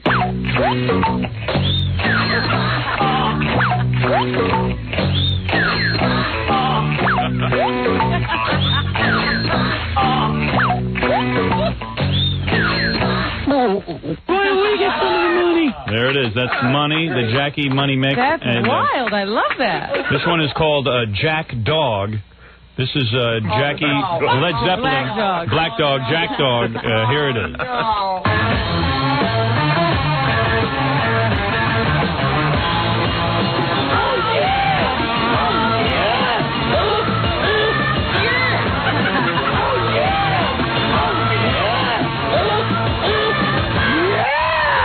There it is, Jack Dog. Jack Dog. Jack Dog. People have jobs. Yeah. That's so funny. And then you got, here's another Jackie sound. I don't even know where this is from. This is called Ay Ay Ay. Ay, ay, ay. That's Jackie. There you go. And my CD, thank you very much. Here's some more Jackie. And, you know, the various Jackie sounds. Yeah. You know what I mean? Well, Jackie, the whole world laughs with you. They laugh and laugh and laugh and laugh with you because you're a funny guy. Very good. All right, Jackie. Wacky Jackie. Okay. I knew you'd all like that. Oh, boy. A lot of fun. Jack Dog is the best. Jack Dog? You like that one? Oh, the first one was much better. Jack Dog. Jack Dog.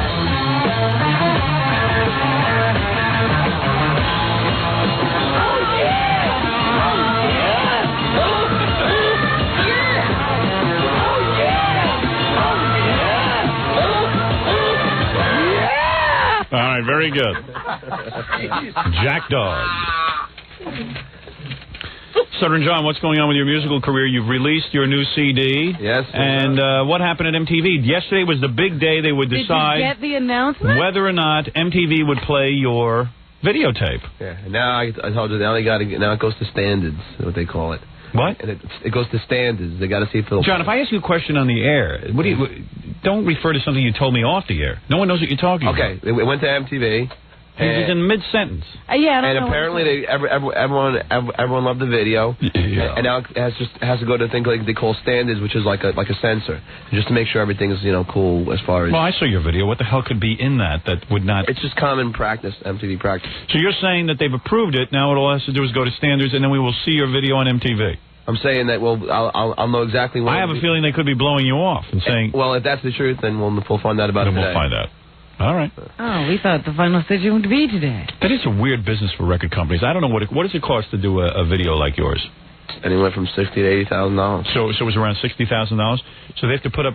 Was it 80? Just tell me what. So if you know, then why wouldn't you? It was about $80,000. $80,000. So a record company puts up $80,000, and MTV can just say, "Well, we don't like it." Yeah. And then what do you do with these videos if MTV doesn't like it?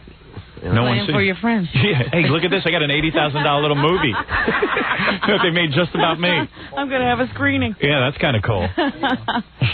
Hey, dudes, come on over. I got an $80,000 video in my house. Last 3 minutes. Yeah. Wow. Yeah, that's big risk business. You know, because people do they get angry at record companies when a record becomes a big hit. The artists right away say, record company, they take all the money. Yeah, meanwhile, they put up all the loss on all these stiffs that never go anywhere. It's a big gamble. It's a big gamble. Gamble I wouldn't be willing to take. No offense, John. Not you or anyone else. So you performed last night? Yeah, we did some songs last night. John had a big record party. It was a great party. Had a party where they celebrated your new album. Uh-huh. And what happened? You were the man of the hour? Yeah. You walked in and everyone was, hey, John. Yeah, it was great. I was signing like posters and. Really? Yeah, you know, a lot of. Any chicks? Oh, a lot of babes. Yeah. Did you get anything, or you couldn't because you had your girlfriend? I had a girlfriend there, who looked amazing. Really? And but there's a lot of strippers there, and who looked more amazing. Yeah, a lot of hot looking strippers. One of the girls in the video was there. Yeah. And a lot of girls. I heard Christine was there, a Scotch sexy intern, and she was wearing a dress. Yes, with her mother. She brought her mother. Yeah, she brought her mom. Boy, you really needed to pack the place, huh? Anyone they could get. Anyone they could get, they got in there. That's when you know you're desperate for some people. Nah, they were turning people away. They were turning away they wouldn't let May Pang in with Tony Visconti. Really? Yeah, the Hollywood. I can't imagine why. After all, she had sex with John Lennon. She should immediately be let in. Isn't that and Dan Foreman, key to every door? And Dan Foreman wasn't allowed. I'm the executive producer of Channel 4 News. Really? They turned him away? Yeah. Why did they do that?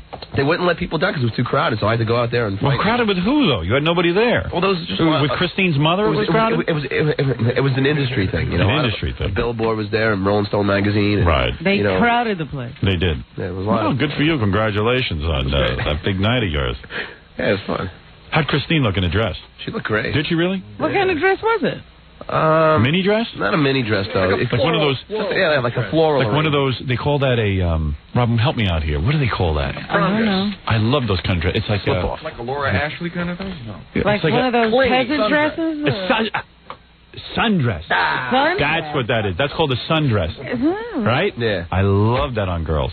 Sundress. What kind of shoes was she wearing? I didn't look at her shoes. Shoes. Yeah, that's important to me. What goes with the sundress? I don't know. I like a sundress and espadrilles on my girls. He wouldn't know an espadrille if it. Oh yeah, I saw it on Baywatch. Shows what you know. Sundress is close to undress because there's hardly anything on it. Just get rid of that ass. My family was there, and one of my sisters got so drunk she was hitting on Fred all night. Is that right? Really? Yeah. Your sister was hitting on Fred? Yeah, I'm so embarrassed. Is she good looking? Was running around discussing Fred's genitals with everybody at the party. I heard plenty of stories about you, Jackie. Yeah. Jackie got so bombed that he was someone asked him to tell a joke, so he goes over to Stuttering John's mother and starts telling a joke about the C word, you know, about a woman's vagina. He's at a restaurant after the party. Oh, I see. And he's so loaded he doesn't even know what he's doing. John's mother and I have been exchanging filthy jokes for years. Yeah, but Howard, then what happened was a guy sitting at another table throws his cloth napkin at Jackie's head and comes over and goes, "Yo, Jackie, keep it low, please." Got all pissed. Yeah, the other table at the restaurant didn't want to hear your nasty joke. Yeah. But he's screaming at me. Hey, restaurant! Now you tell the entire story. Notice me, please. You asked me to tell a joke. C-word. No, and what's the greatest thing between a woman's legs? Yeah. C-word. But no one asked you to tell that joke, Jack.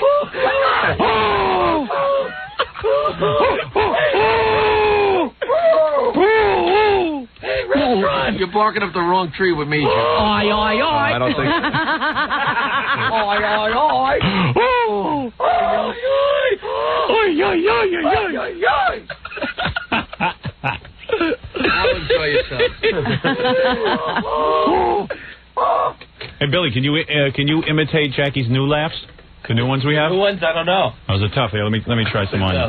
Here, see if we can do this one. Okay. Here's Billy West. First, I'll play you one, then you try to impersonate Jackie's laugh. We play this game every day. We have nothing else to do, Howard. Now, I'll get to other things in a second.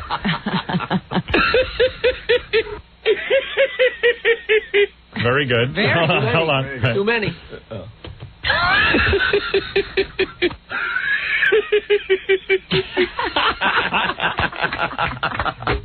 That's pretty good. Do we have any more?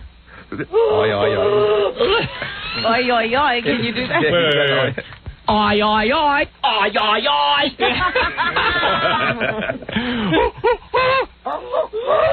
You got any more Jackie laughs, Billy?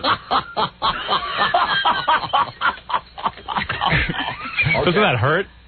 No, it's great. Yeah? Sounds painful when he does. Another one. Yeah, ready?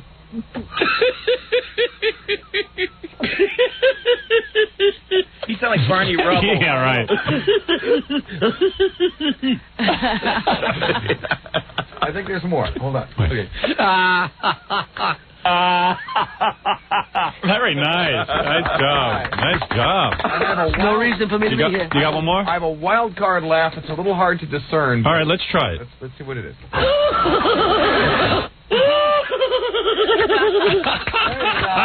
That is me. Wait a minute, I protest. That was not me. That was Oi.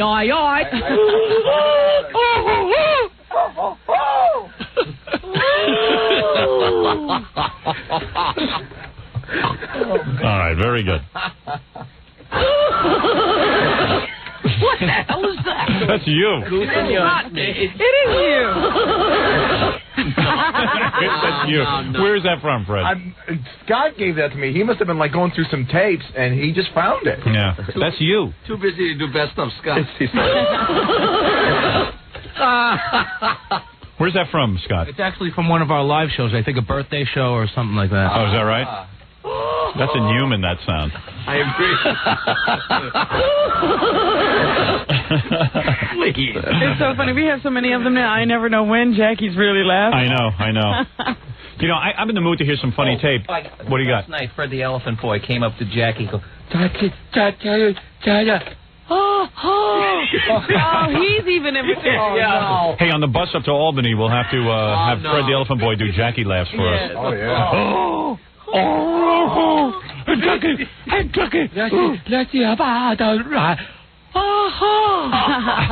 Exactly what he said. And you have no idea what he said up until that point. Nobody else in the place was breaking my balls. I'm saying hello to everybody, having a great time, and Elephant Boy comes up and The guy can barely talk. He's breaking my. So what happened to Christine? What did she wear? What kind of shoes was she wearing with her sundress? I didn't get down to her shoes, man. You guys don't know how to look at women. It's all made up. All made up. Never looked at a girl's shoes. She have good legs? Here. Yeah, as I can recall. Yeah. Where's Christine? Christine, what kind of dress was it? Was it a sundress? Yeah, it was a little sundress. Why didn't you wear sundress to work? Why do you have to wear it wasted at John's party? Well, sundress at night. It's sunny in the daytime, Christine. It was hot in there last night. And what kind of shoes did you wear? I had little black flats on. Oh. You're kidding. Did you quit smoking or not? I didn't. Oh. She was trying I asked her mom to stop smoking at the table last night when we were eating. Really? Oh, really? Yeah, I couldn't take it, huh? Yeah. Black flats with a sundress? Mm-hmm. Did it look good? Mm-hmm. I don't know. Did it? I guess so. Yeah. Black flats. Well, she's a tall girl. Yeah, but I guess you're uptight about your height, but you shouldn't be. Well, you should wear I'm not big, uptight about thick it, espadrilles like on Baywatch. Thick espadrilles. You know who wears those? CJ on Baywatch. Yeah, what was the controversy with her? She was walking along the beach, and she had on these big, thick, kind of open-toe things. Yeah. How do you walk in sand in those things? I don't know, but she was doing just fine. She's an expert at it. Christine, you should go to the store and get espadrilles. I don't think those are very attractive. They aren't. Trust me, they are. You didn't know a belly button ring was attractive. Oh, okay. And now I'm telling you it is. What is this? Somebody saved somebody's life because of David Hasselhoff. You're kidding me. Wait a minute. That can't be possible. 4-year-old Liam Webdale of Brisbane, Australia, used life-saving techniques he saw being used on Baywatch to save his 7-month-old sister from drowning in the family pool. Really? Officials of the show said. I saw it on Baywatch when Mitch, David Hasselhoff, saved someone, the boy said. See, I told you that show's good. Wow. I thought you'd like that. I know how to remove a bullet from a guy's stomach from Baywatch. Well, I was going to say, you have to drag around a van with a whole group of medical equipment, but you know how to do surgery now. David Hasselhoff last week did surgery on this guy. I'm watching Baywatch. He did surgery on a guy, and he had a whole bunch of fancy equipment, but when it came down to it, David Hasselhoff just took like a razor blade, and he tied it to the end of a pencil, and pulled the bullet right out of the guy. So you know how to do it. Yeah, I also know how to tunnel through sand with my head. Now that I watch Baywatch. Yes, you can swim through sand. And I know how girls should dress for sure. But and I'm telling you, espadrilles with a sundress, although maybe you're uptight about it, because it'll add about 2 inches to your height, but right, if you were my girlfriend, I want you as tall as possible. Right. Well, that would make me about 6 foot. Yeah, that'd be perfect. Don't be uptight about your height, believe me. To be statuesque is beautiful, except in my case. Not everybody is 6'5", Howard. Well, in my book they are. So, oh yeah? Flats, huh? Sundress. I don't think espadrilles would have looked right with this particular. She has good legs? Yeah. Really? Yeah. She looked good. You guys really looked her over, or what? I'm sure Jackie soaked you in. Oh, God. Oh, bare shoulders. Was it bare shoulders? Yes. It was? A bare-shouldered sundress? Yep. Oh, absolutely. No bra? Nope, no bra. No underpants? No, I had underpants. Yeah, with that kind of dress, you must wear underpants. Is that true? I didn't know. Unless you're a stripper or something. There are rules to sundresses. Thongs? No. Really? Bikini. Bikini? Yeah. Excellent. With the belly button ring. Of course. But you couldn't see that in the dress. No, but you get to see that if you're her boyfriend. Get to see that when I go home. Right. That's the treat at the end of the night. No kidding. Wish I'd been there. See, I wouldn't go to a Stuttering John party if I knew you were wearing a sundress. Why did you tell him, John, that she was going to wear a sundress? I didn't know she was going to wear a sundress. And Billy's wife showed up with a nose ring. Yeah, Billy's she got a nose ring? And she looked good with it. Billy! She's bored out there in the suburbs. She's got her locked up in the house. Yeah, she's getting wild. Hey, I'm going to get a nose ring. She moved to the suburbs to get a nose ring to scare all the other housewives. I hate to do this to Billy's wife, but I have to expose her. Yeah. It's a clip-on. It's a clip-on nose ring. Oh, you're kidding. No, but it looks great. Yeah. Hey, you know who's mad at us? Well, his wife's got a broad little flat nose. She does? So she can pull that off. Who's mad at us? Heather Barrett. Who's that? Miss, the woman who was in the Miss Howard The Stern? erotic poet. Why would she be mad? She wanted to know why we shut her out of the bus. Well, bring her along. We need some She sexy looked women. unbelievable last We need sexy women to walk into the convention. Her body is unbelievable last night. Well, you're talking about another room. Although I could just throw all the women together. I can double her up with Elaine Marks. Yeah, fine. But do we have room on the bus? For her? I say we make room. Elephant Boy's up. There you go. No, you need Elephant Boy. Should have heard Ralph begging me yesterday. Come on, man. Get me on the bus, man. Well, we just don't have the room, but for Heather we do. I say we need good-looking women, because, I mean, you know. Who wants to look at Ralph's berry all the way? Yeah, right. Ralph's got a huge berry on his face and bad teeth. Looks like having two people on the bus. Having his berry. Right. Date last night, Gary, Ralph's? What's that? Was that his girlfrind last night? He said no. He had some cute girl with him, and then then Gorilla told me he put her in a headlock and was like giving her noogies. That a way to win her over? I don't know about Ralph. Abuse him. Keeps her from staring at that berry. Keep him in a headlock. All right, anyway, so, all right, Christine, so I heard what you wore. Congratulations to you on your outfit. Thank you. Stuttering John. Congratulations to you. What did you wear, by the way? Just a T-shirt and jeans. Any underpants? Yeah. What kind of underpants do you wear? Jockeys. What kind of shoes? What kind of shoes are you wearing? Lugs. Espadrille? Lugs? Yeah. You know what else is good with a sundress? Like lugs. Yeah. Lugs? Yeah, with like pink socks. What color was your sundress? It was black. Oh, black with black flats. Like what kind of flats? They're black flats. Yeah, my wife wears flats. I want to get nauseous when she puts those on. I go, can't you wear some heels? They hurt my condom, Alicia, the knee. I go, I don't care, man. Just for a few, I'll carry you. Just wear something with heels. What?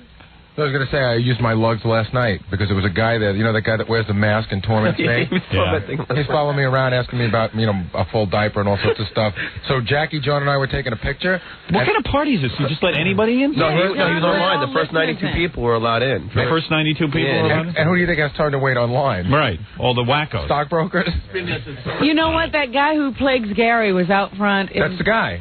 of the building the other day, and he now has a little monkey mask. Right, he always had that. I never had seen you never, isn't that great? He has a monkey mask, and he stands out there waiting for Gary, and now he has a whole book of cartoons. He drew himself. They're really bad, but they're funny. But they're getting better. Yeah. He's worked so hard. He's becoming a better cartoonist. Because Gary's becoming a cartoonist. So last night he just goes, hey, John, look at this one. I just drew it. It's just a picture. Oh, it's funny. This guy stands in front of our building all the time with his monkey mask making fun of Gary and just goes Baba Booey. And he's real funny, I got to admit. He is. Baba Booey is the nicest thing. But then then all of a sudden Baba Booey sees him at a Stuttering John party, and Baba Booey was trying to be nice to him. But then after a while, the guy really started getting to him and spent the night tormenting Gary. You know what happened? Me and Jackie and Gary were taking, a video for like Channel 9 or something. Right. And then we're all three there, and then he puts his head in with the monkey mask next to I don't know what you're talking about. Monkey. While Gary was talking to my mom, he was standing there, and he walked up behind him and put the mask on and took a picture quick, and he looked at me and went, shh. Yeah. And ran away. It's hysterical. The monkey on Gary's back. The guy gets you after a while, though. Well, you know, it's funny because I think I actually find him sort of humorous, but he is annoying, and then he'll come up to me in like the next 5 minutes and say, can I come to Albany with you guys? I'm like, no way. Off a pole high. I'm coming anyway. Do you want to talk to him? He's on the phone. I got to move along, but let me. Hey, how you doing? You there? Got some phone system here. I know what happened. Yeah. We're in tape 2. Yeah, some equipment here. We want to get the hell out of the friggin' business. I could buy better equipment. How much does it cost to get a professional board? 10, 15 grand. Is that it? For everything. Wow. You could start your own radio station. All you need is one of these boards. Oh, you need a transmitter. No, you don't. What? Oh, is he back? Yeah. Let's see what this is. Hello? Hello? Yes, Tom. Tom Chiusano. Approximately $75,000 to $100,000 for this board? Yeah. You're kidding me. No, you sure you didn't buy this secondhand? $75,000 to $100,000? Yeah, for a real good board now, yeah. Tom, don't you think Wolf was worth it? I made a funny phone call to Tom. I had to correct that mistake. Thank you, Tom. All right, well, I guess I couldn't start my own radio station. All right, go ahead. What? Yeah, I made a phony phone call to Tom's office. I said, shut up, sit down, get a new phone system. All right. What is it you want to tell me? Oh, no, I was wondering, see, I was going to go to the Albany trip, but it's like I have no way of going up there, Yeah, you would be fun to have just to watch you work on Gary. It'd be a lot more fun if it were TV. Yeah. He's sort of dull on the radio, but he's funny in real life. Yeah. Actually, Gary's pretty dangerous, though, because he kicked me when I was there. Oh. No, I didn't. Monkey. Who was that? I had something on the back of my shoe, and I just, pulled it up for a second to wipe it off, and your leg was there. Oh, yeah, actually, I thought Gary was getting kind of mad at me because we were doing, a press photo. Yeah? Yeah, I tried to get in the mix. I had, this Planet of the Apes mask on. And then Gary, I don't know, Gary was, trying to ignore me, and then all of a sudden he just kind of, Charlie horsed me with his legs. Sure, it was an accident. Yeah. Monkey. So what'd you do? You followed Gary around the whole night with your monkey mask on? Yeah, and I kind of goofed on Dan Foreman, too. I saw Dan, I was like, hey, there's Dan. I was like, turn around, I got to want the picture. I don't understand something. You were able to get into the party, but Dan couldn't? You're in a monkey mask? That's amazing to me. Well, you're something else. What can I tell you? You must send us a copy of your new cartoons. Right. Yeah, because they're really good. So what I do is I make a sketch, and then I haven't been able to buy some celluloid, but what you do is you take ink, and you trace over the sketch, and then you fill it in with paint. All right, very good. Well, you keep doing that. You're going to eventually get a career. This guy, he really is borderline retarded. He would get these acetates and draw on them with crayon. Right. And then when they came in the package, it'd be all smelly and stuff. Yeah. See, Gary thinks it was crayon, but it wasn't. It's like a model paint, but when it dries, it smells like crayon. Yeah, but you wanted it smelly, so it smelled like Gary, right? Exactly. Right. It'll be like a scratch and sniff. Look for me in Albany on Saturday and try to get in. Yeah, it could be. If Gary's the lieutenant governor, you know what his motto will be? What? I'll make sure there's a dapper on every table and a booger in every nose. All right, thank you. Stupidity will always prevail. All right, thank you. Okay, man. All right, very good. I was asking Gary to help me out with this girl that I met there. All right. And I did. Yeah. Well, I'm sure he appreciated it. Yeah. Thank you. All right, I can't take that kid. All right, listen, I got to move along. I'm in the mood to hear some funny tape. So either we could play Jackie on the satellite, which we never got to play. Ooh. Or we could play Stuttering John with all the various celebrities. John. What's the vote? All right, first we'll go to, I know what John's vote is. All right, Christine, since you're here and you wore the sundress, what is your vote? Well, I would have to say John because I've sat in Scott's studio and listened to Jackie over and over again. Okay, all right. What is your... That's a personal annoying thing. All right, well, there you go. I've heard it over and over. I go with John because Eddie Vedder really does act weird. Even though it's only 30 seconds long, he's a very strange man. All right. Billy, what do you want to hear? I'd like to hear an Eddie Vedder interview. All right, that's 3. Robin? Eddie Vedder gets my vote. Well, then, Fred, once again, I don't even need your vote. Vibrate. There you go. All right, we'll do Stuttering John when we get back. With various celebrities. Oi, oi, oi. We're back with the Howard Stern Show. All right, very good. All right, let me do a couple of things. We got a whole bunch of things going on here. Obviously, we're leading up to the end of the week where we have this big convention to go to. It's going to be very exciting. Yes, we will take you, the listeners, with us. Whether you literally want to be with us and follow us up there, or if you want to just listen on the radio. Jackie Platinum Joke Page Martling to order Jackie's new comedy CD, also available on cassette.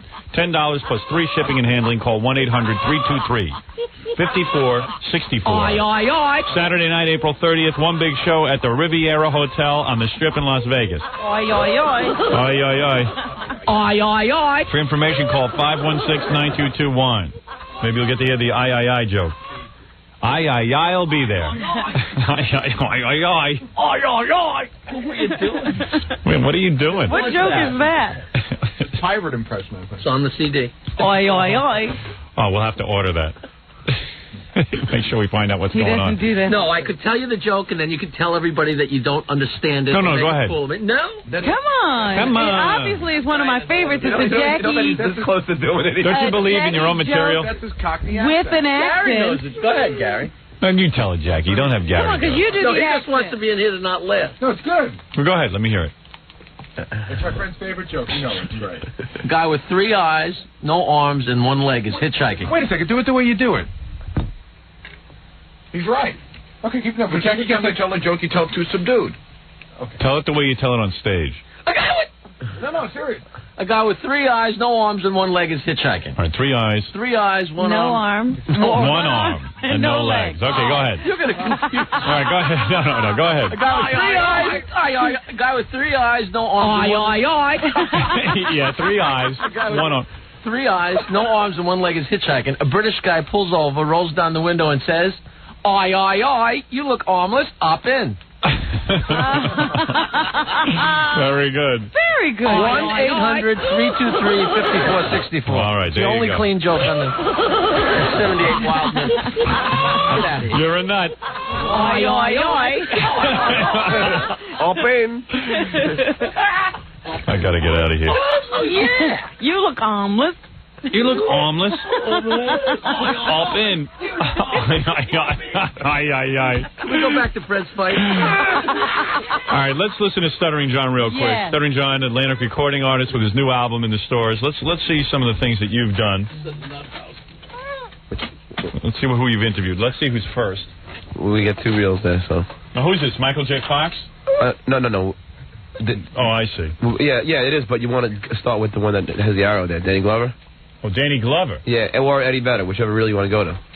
That's us with Danny Glover, Howard. All right, let's talk to Danny Glover. This is like now, keep in mind, this is like the 3rd time I've you've spoken to him. Interviewed him before. Every time you interview him, he ends up getting pissed off at you. And also, this is like the ESPYs Awards, and they're all trying to push me away. All right, so it's confusion. Yeah. Danny Glover, the great actor. Aye. How much does it cost for equipment? $75,000 to $100,000, according to Tom. I'll be right with you in an hour. But Tom said that was a good board. I wonder how much we paid for this one. Yeah. Here we go. Hey, Danny, can I ask a question? Hey, Danny, WXRK Radio? How you doing, man? You remember me? Danny? What's that, babe? Hey, where were you? Oh, man, hey, come on. He said he'd talk to me. Where were you when you heard of the shooting of Garrett Morris? Where was I? I was in Florida. Yeah, I was in Florida. I know Garrett. Hey, do you know what ESPN stands for? I think that Mike Tyson should be caged. No. Absolutely not. Take care. I interviewed you before, Danny. Yeah, great. That's a good question. What does ESPN stand for?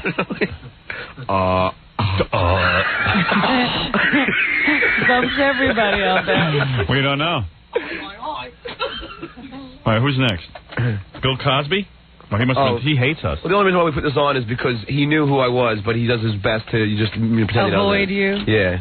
Wonder why. Hey, Bill, can I say a question for WXRK Radio? WXRK Radio. I can't understand you. This is for WXRK Radio. I can't understand you. This is for WXRK Radio. Hold on, it's recorded. Why do you... Listen, just say, I want to... You got a microphone. They just asked him the question. We used to have to do that for TV. Just yell out their question. I thought I had to wait till he's... No. Just say, Mr. Cosby, I have a question for the radio. What is you... Then ask the question. You spend so much time telling them it's for XRK Radio. Yeah, well, I'm so... From TV, you're completely ruined. I'm dumbstruck from TV. You're just dumb. No one had to strike you. Dumbstruck. What are you dumbstruck from? Well, I always have to get. I always have to say yes before I could ask a question. Well, remember? if you said this is a question for the radio. But he says I can't hear you, so... Oh, just ask the question. Well, that's it. Isn't he a doctor? He can understand the question. He's William H. Cosby. Jr. PhD. Yeah. All right, who's this, Garth Brooks? Yeah. All right. Is this good?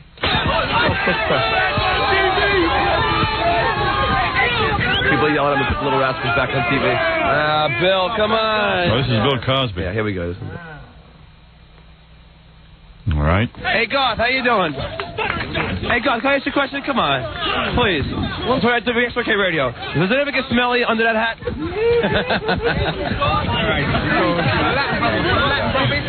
I wonder if it does get smelly under that hat. Does it ever get smelly under that hat? That big, giant cowboy hat. Big Garth Brooks hat. Big I am dumb hat.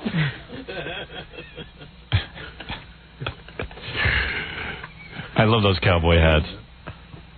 I don't think you'll ever see me in a cowboy hat.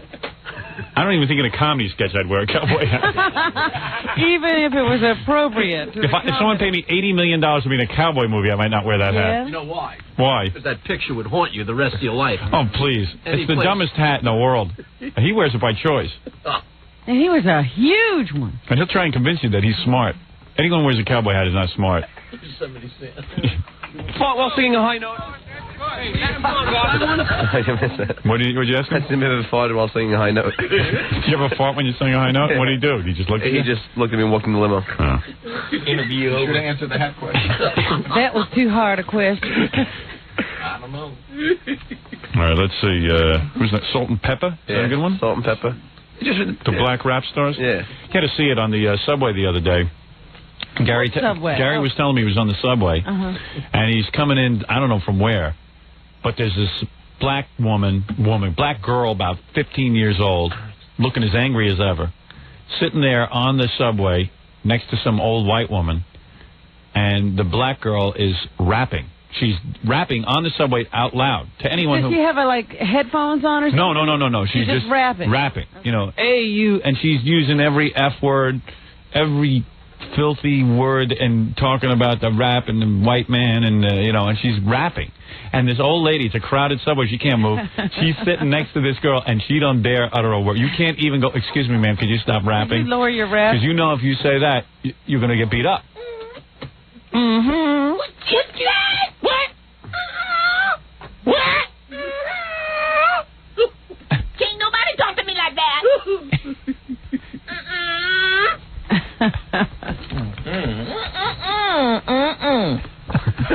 So it was pretty funny to watch, because the old woman wanted to say, excuse me, could you please shut up? You please shut up. Shut up. Knock you out. Wow. What if I rap on your face? New York's a great town to come to watch. You want to see white people held hostage. It's really cool. Excuse me. It's the opposite of South Africa. It is, yeah. And people complain about South Africa. A minority of blacks that have got all these white people bubbled up. Although I got to admit, those clips coming back from South Africa are really interesting. That Zulu tribe. Yes. There was a woman last night. She must have weighed about 400 pounds. She was running around in a bra with a spear. Yes. In South Africa. Zulus insist on carrying those spears. Spears in a bra, and she was running around because she was angry. I guess something about Mandela, and she wanted the Zulus represented and all that. The Inkatha Party wanted to be represented. In the next minute, they said, well, they've all come to an agreement. And then the Zulus were out there in their bras again, jumping up and down for joy, but it looked like they were still angry. No, that's the dance of joy. Oh. But and everyone laughs. I go, look at those Zulus. And I go, wait a second. Why don't you go down on the subway, take a look what's going on? There's apartheid down there. You want me to stop? I ain't your nigga. Do I look like your nigga? Well, the subways are like South Africa, only it's black ruled. Yeah. Excuse me. Excuse me. Excuse me. It's black run down there. Excuse me. Miss, I was just saying, could you please keep it... Could you just keep your voice down, just because I'm trying to read here, and... Excuse me. I said, I'm just trying to read it. Could you... Queen Latifah. I know. I am the queen of the F train. Well, you've used the F word so many times, you're offending my mother here. Excuse me. Oh, my God. Is that a big pot of boiling water over there just sitting next to you? Oh, Jesus. No, it's just that maybe it would be nice if if you just kept your rap to yourself in your head. Like, maybe everyone doesn't want to hear Maybe it. you could write it down if you're writing. Me. Oh. Excuse me. You diss me. I didn't mean to diss you. This be my stage. I know this I is be talented and whatnot. I know you're and talented. I know. And and things of that nature. Etc. And things of that nature and whatnot. Excuse me. Yeah, you don't want one of those black guys down the subway You like saying my whatnot. shoes? What? You like my shoes? Yeah, I like your shoes. I got nice shoes. Yeah, you got great shoes. Excuse me, Casper. Oh. Take your ghost white ass out of here. All right, you just calm down, please.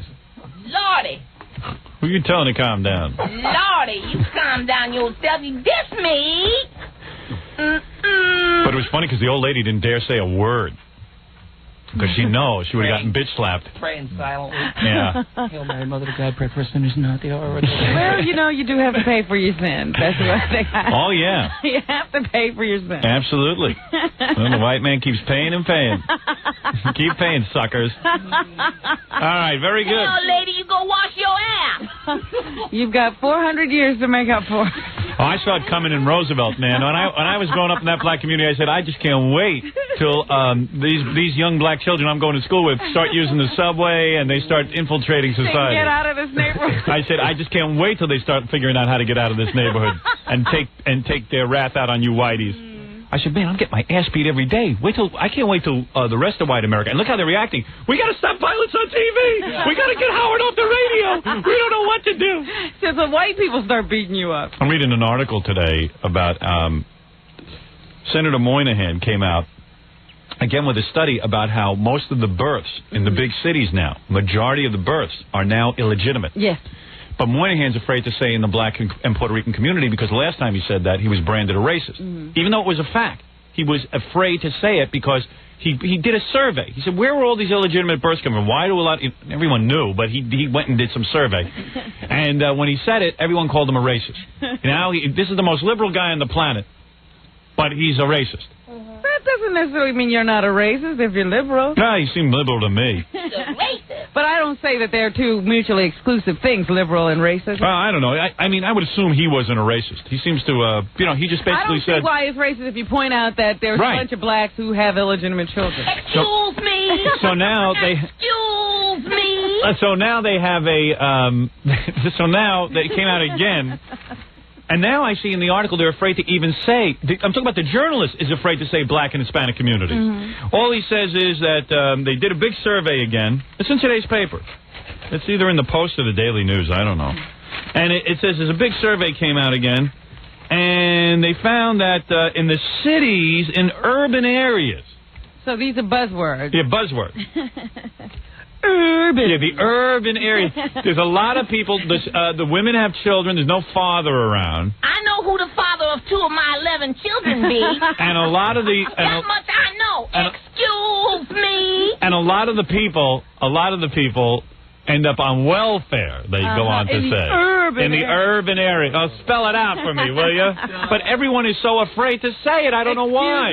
Excuse me. Excuse me, honey. I'm sorry if I'm cranky, but I haven't had my morning crack yet. Well, you know what I do get tired of? What do you... I get tired of people saying to me, Are you married? No. Well, do you have any children? Right. No. It's an inappropriate question. That's stupid. They say, excuse me? Yeah, but why should that be a stupid question? Sure. If I've never been married, why should I have children? Excuse me, I think she's a lesbian. Everyone accuses Robin of being a lesbian. Jackie was just in here accusing her of being a lesbian. I was. Everybody. I'm convinced you... I've gotten used to it. I'm convinced you're getting it on with yours. I guarantee you. You know what? Johnny's convinced because I won't get it on with him. Exactly. He's got that usual thing going. Since I won't do it with him, I must be lesbian. Well, you want to do it with Robin? I know she wants to. But do you want to do it with her? I would do it with Robin. And you've made a serious offer to have sex with her? We once kissed, and I'm telling you she did. I'm telling you she did. Now, when was the opportunity to kiss her? That was about last year. And you were in private? No, we were in a cab. Don't be... No, we were in your car. We were in your car. All right, you're in Robin's car. It was my car? Well, that's a yellow cab you drive. It was my car. You're in Robin's car. No, it was my car. And you were in your car. Yeah. And you were driving, I assume. And he would demand a kiss. And Robin's in the front seat with you. Yeah. And it was the end of the night. You had spent a particularly fun day together. No, he was driving me home for a lunch or work or something. Okay. Middle of the afternoon. And you're talking, and then you leaned over to kiss her. Yeah. And he asked me for a kiss. Yeah. Okay, and she went for your lips. Yeah, and we kissed on the lips. No, he asked me for a kiss on the lips, Howard. This is the whole thing he goes through. Yeah. Robin, why don't you kiss me? Come on, give me His just lips are one burning. kiss. Oh, please, come on, just one kiss. Now, let me ask you something. Are you serious? Hold on a second. There's ways of acting goofy with a girl, and then there are ways of being serious, and being romantic a little bit. And you say, "Hey, please, my honey, give me a little kiss." Oh boy. A lot of it. And you were feeling sexual, or was it goofy? But that time it was a serious. All right, so it was a serious kiss. Yeah. So you lean over. Yes, I lean over. And what do you close your eyes or something? Yeah, and our lips meet. And your lips meet. and the tongues touch. Yeah, right. Now let me ask you something. I'm going to ask you in all honesty. Hold it. I'm asking you in all honesty. You felt her lips part, and she went for the tongue first? Yes, I felt her lips part. I'm being honest. He's lying, and he's always been lying. And what happened? Did you pull your head back because you were startled, or did you go for it? No, he didn't do anything because there was no tongue involved. She was giving you a signal. Why didn't you go for it? Yeah, it was very quick. It was quick. So then you got scared. So you really didn't want to have sex with her? He did. No, that would have been, Because if you were a man about it, then you would have let it happen. Well, but you pulled back. I pulled back. 1 second. We're not sure what you did. And she was there. Her lips were against yours. Her lips were definitely against mine. Going to definitely, and I felt the mouth open. Oh, wow! And how long was the kiss? It was about 2 seconds. 2 seconds. 1, 2. Would that be proper? Yeah. Robin. And I pulled away, right? Now, that's a long kiss. See, I don't know who pulled away. I pulled away and said, "You're crazy." Yeah, but you enjoyed those 2 seconds, Robin. Sure. 2 seconds is a long time. Crazy is what I said. What happened? Because it was getting a little out of hand? Robin, I take you're crazy as a compliment. Because it was getting out of hand, right? Yeah, I mean... It meant you're crazy, like, this is getting crazy. Yeah, this is crazy. This is crazy. This is crazy. I'm kissing a mental picture. This can never be. This can't be, although we want it, it can't be. We? What do you mean we? I maintain that she's attracted to me, Howard. I'm telling you. Really? It can never be. She even said that if I wanted to, I could say that I had sex with her. Really? Yes. God, you're so... You know what? He's got a bunch of people. Remember when we used to be at Channel 9? Yeah. And nobody would let John into a dressing room. Right. So he used to spend time in my dressing room. Right. And it became a rumor around the station that something was going on between us. Right. And so since he can't convince anyone that nothing went on, I have told him he can tell people something went on. Right. Did you ever hear this rumor? No. Not even either. I don't even know Where this were rumor. we? I never heard this rumor one bit. I'll be honest with you, I never heard this rumor. Well, it was going around Channel 9, not really? here. How come we never heard it? As hard as she tried to start it. All right, ask Dan Foreman. He was the one who was constantly... Dan is still convinced that we had sex. And Robin, I'm tired of So when you kissed her, I don't understand why you pulled your head back. Yeah. I pulled back. Well, he's saying I don't know who did. I think it was kind of like, wow. No, I pulled back. And then what, was there any conversation afterwards, or she ran out of your car? I jumped out of his car. No, you didn't? I did. Not yet, because we weren't even near your block yet. All right, let me ask you something. Had Robin kept her lips there, and the opportunity, you would have gone for it? Probably sucked face for a while. You would have gone for it. Yeah, and I'm telling you, she had an eternal fight in her mind because she wanted to. Eternal fight. I'm telling you. Because in other words, the only reason she does because I'm like Hero the Stupid, and if I wasn't here and it was just another if we met, she would have gone for it. So you're saying because you're on the show and you're kind of a goofball. Because she wouldn't be able to deal with you knowing that I was with her. Right. It would be embarrassing to her if I knew that you had sex. Feel electricity? Yes, definitely. Really? Oh yeah. And you feel? And she does too. She's quiet here. I was about to hit him. That was the electricity. So you're convinced that she likes you? Oh yeah. And Robin, come on, be honest. Hey, she still hangs out with him. Do you have any feeling for him? Seriously? I love John, but not in that way. I don't know. Right. And if Robin, in all honesty, if me and you had a couple of drinks. I don't drink. But if I got you drunk a little bit, a little tipsy, nothing would so all happen. your inhibitions were gone. If with no inhibitions, John, I wouldn't sleep with you. You have such a lot. Yeah, but you do something with me. Oh. But you do something. You at least tongue third base. For a while. You're sure? Yes. I'm telling you. All right, very because good. Howard, how she went for the kiss wasn't like just like a. All right, you know what? I don't really care. I'll be honest with you. He's so silly. All right, I got to take a break, and then we'll be back right after these words. What is it? Brain Scan. Brain Scan, the movie. It's a good movie. I saw it. Brain Scan opens at a local theater, and I don't see too many new movies. Let's think of all the new movies out, and the one I saw was Brain Scan. It was good, though. It's like a Freddy Krueger thing. This guy pops out of a TV. This kid is really into computers, and he's sick of all the video games, so they send him this Brain Scan game, and the game is about, like they take you through this murder. Except everything gets kind of hazy, and all of a sudden, he's really murdering people. And it's that kid from Terminator 2, the one that's married to the 29-year-old or goes out with her. Eddie Furlong? Eddie Furlong. It's a good movie, Brain Scan. Eddie Furlong. Did you see that? He's 16 years old. After he was in Terminator, girls started coming on to him. He's got a 29-year-old hot piece of ass girlfriend. His tutor. His tutor. His tutor is his girlfriend? Yeah. She was a stand-in on Terminator 2, became his tutor, and then became his girlfriend. Oh, yeah, she's got teaching credentials. And you see what it says in the newspaper? That if you interview him now, you have to sign an agreement saying you won't ask him about his 29-year-old girlfriend. Because evidently his parents are real uptight about her. How old is he now? She's 16. Wow. So how come she doesn't go to jail and Joey Buttafuoco does? Yeah. Isn't he an emancipated minor? Yes. So what does that got to do with anything? That means he's independent and can make his own decisions. But he wasn't emancipated when they started dating. Is that right? And they're trying to get her teaching credentials taken away. Oh, man. So she was a stand-in. Right. And then she became his teacher, which is cool. Right. And then they said that she's a you know piece what of he's ass. teaching? They said that it was getting so wild that it was disrupting the class, so they had to fire her. So then she was just teaching Eddie one-on-one. Yeah. Oh man, yeah. That must have been a good education. Hey, wait. Hey, look at this. Here's her picture. I think I got it. Yeah. Look at this. This is her. To Newsday. Does he have to pass any tests? Yeah. Penis test. Here it is. How to roll on a cup. Look at her. Isn't she cute? She's wearing a sundress. 29 years old. Yeah, can I see that, man? I think Gary's passing around like show and tell. Isn't she cute? He's cute, too. And they wonder why these kids She don't even are look so 29, screwed up. though. Hey, didn't he want to come on our show, that kid? Well, they were going to ask him if he would talk about the things that we wanted him to talk about. He said he wouldn't. Yeah. I mean, I don't want him in here, and then all of a sudden I can't talk about that girl he's dating, because that's all I want to talk about. Yeah, because there's also a big fight between his aunt, his uncle, and his mother over who's got rights to him and his money. Oh. Cool. His mother sent him out to California and signed over guardianship to her sister and brother. And now they want him. And now they want him. They don't want to give up, the funds. Yeah. Well, he's entitled to all his own funds. Now that he's emancipated. Yeah. It's a mess. I love it. My parents never had to fight anyone for my custody. Or anything else. Or your funds. Nobody else wanted you. Yeah. I would have been emancipated, except I wouldn't have had any money. I love parents who are shocked by when their kid becomes this big star, has all this money, that they want to now live an adult life and have their own friends and have sex and tell them what to do. Yeah, of course that's what's going to happen. It's always going to work out that way. Fred, am I interrupting your meal? He's just opened He doesn't care. Brillo bar. He hears that on mic. It's time for him to eat. I was trying to be quiet. Can't you hear, Fred?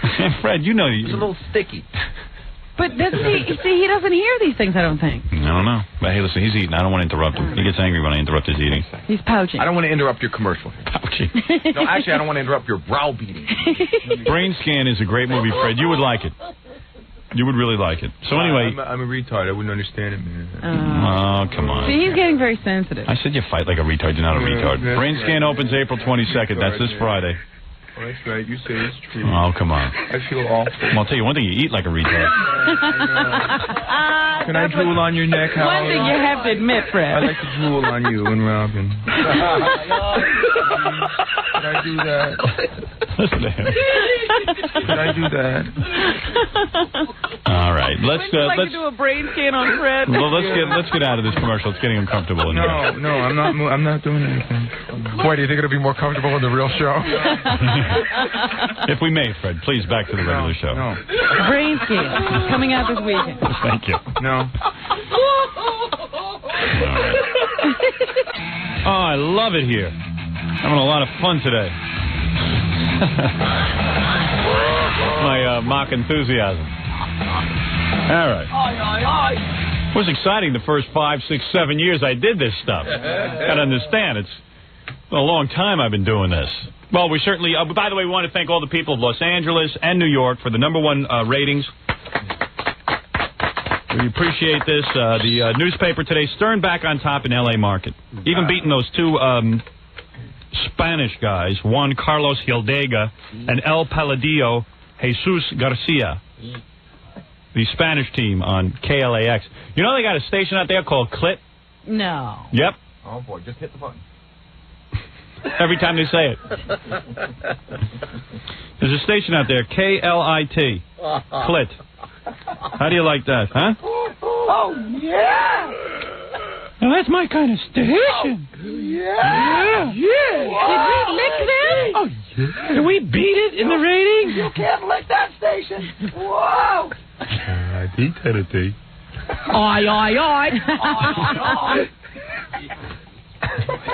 Anyway, we beat them all. Mark and Douchehead down, way down low in the ratings. Where are they? I don't even know where they are. Where are they? All I know is they're below Rick D's. Yeah, now that's pretty bad. They're below Rick D's. And Rick dropped to 7th place. Well, 4th. Oh, I see 4th place. He's in 4th. They're in 5th, I think. Yeah. Good. And that lame station he's on dropped to 7th. Giving away all that money. Yeah, we give away money and nobody listens. Imagine bribing your audience with money. Bribe them anymore. You would think if you said to someone, hey, I'll give you $1 million, would you listen to me? Doesn't make a difference. He's so bad, people won't even, they can't even pay people to listen to him. Come on down, come on. I'll give you my clothes. That's Rick's idea of a good show. Even on television, he wanted to pay people to stay up and watch. Yeah, have contests. Like you're going to win that contest. I love that. Radio guys are such suckers. They think everyone's as stupid as them. Yeah. We're going to give you $1 million. Yeah, what do I got to do for it besides jump through 3 hoops? You could win $1 million if you're the first one to get through. If we don't play 20 songs in a row, if we... there's always you can win $1 million. All you have to do is be the 90-second caller and list the last 11 songs we just played and tell us what they all have in common. Yeah, I don't have a job, right? I'm not working anymore. I'll be glued to the radio waiting for that $1 million. And then, of course, you read that the guy who wins... Some guy who has a special computer that dials the station over and over again and boxes everyone else out. And he wins every week. Yeah. Then they make a rule that he can't win every week. So someone in his family wins every week. Dicks. I hate radio. When they gave Rick a TV show, he tried to give away money. It was funny. We're going to give away money. We're going to pay you to stay up and listen to this show. Yeah. Unbelievable.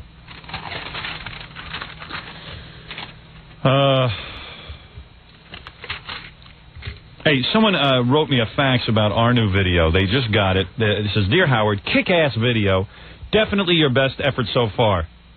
And I happen to agree. I watched it again last night, and it is a lot of fun. I love with us sitting around. It's me. I'm glad you're enjoying it. I love it. I love it. I can't get this video. And nor will you. Because you refuse to buy it. As a matter of fact, I put in a request for 50 copies so that all the people, our staff, can have it. I would like that. I'd love to see it. And I didn't say for you, John. I said for the staff. For you, half price. Anyway, definitely your best effort so far, but I have 2 questions. Does Robin have some sort of neck disorder? She was leaning on her hand during the entire taping. Well, I felt this was a very relaxed tape. This was where we were just sitting around hanging out. So if you are, in fact, just leaning to the side like this, holding up your head, it would indicate that you were relaxed during the taping. True or false? Yeah, I probably wasn't thinking about a camera. It says, was she very tired? Is her head so big she can't hold it up anymore? or maybe she does have some sort of sex life that she's not telling us about. Ooh, what does that mean? Oral. I don't know what that means. I don't know either. I don't. And it says, what the F was Jackie looking at the entire tape? I didn't notice anything strange with him, but I'll have to go back and look. Person really looks at this tape very critically. I like when you and Jackie sort of start wrestling during the tape. Well, that's typical of our meeting. Yeah. He's leaning over. He's trying to get something off you. Oh, I do. And you do. Even yesterday, we were trying to pick a running mate for you. What happened? Jackie started molesting Jackie broke up the meeting by molesting me. This was some meeting. Come on, just one kid. You know politics gets me horny, Rob. Yeah, and then my agent walks in and goes, I need to have a meeting with you, Howard. Forget about this stuff. I go, well, I have to find a running mate before Friday. He goes, that'll wait. We have to have a meeting. I got important things to talk about. Yeah. He was full of good news.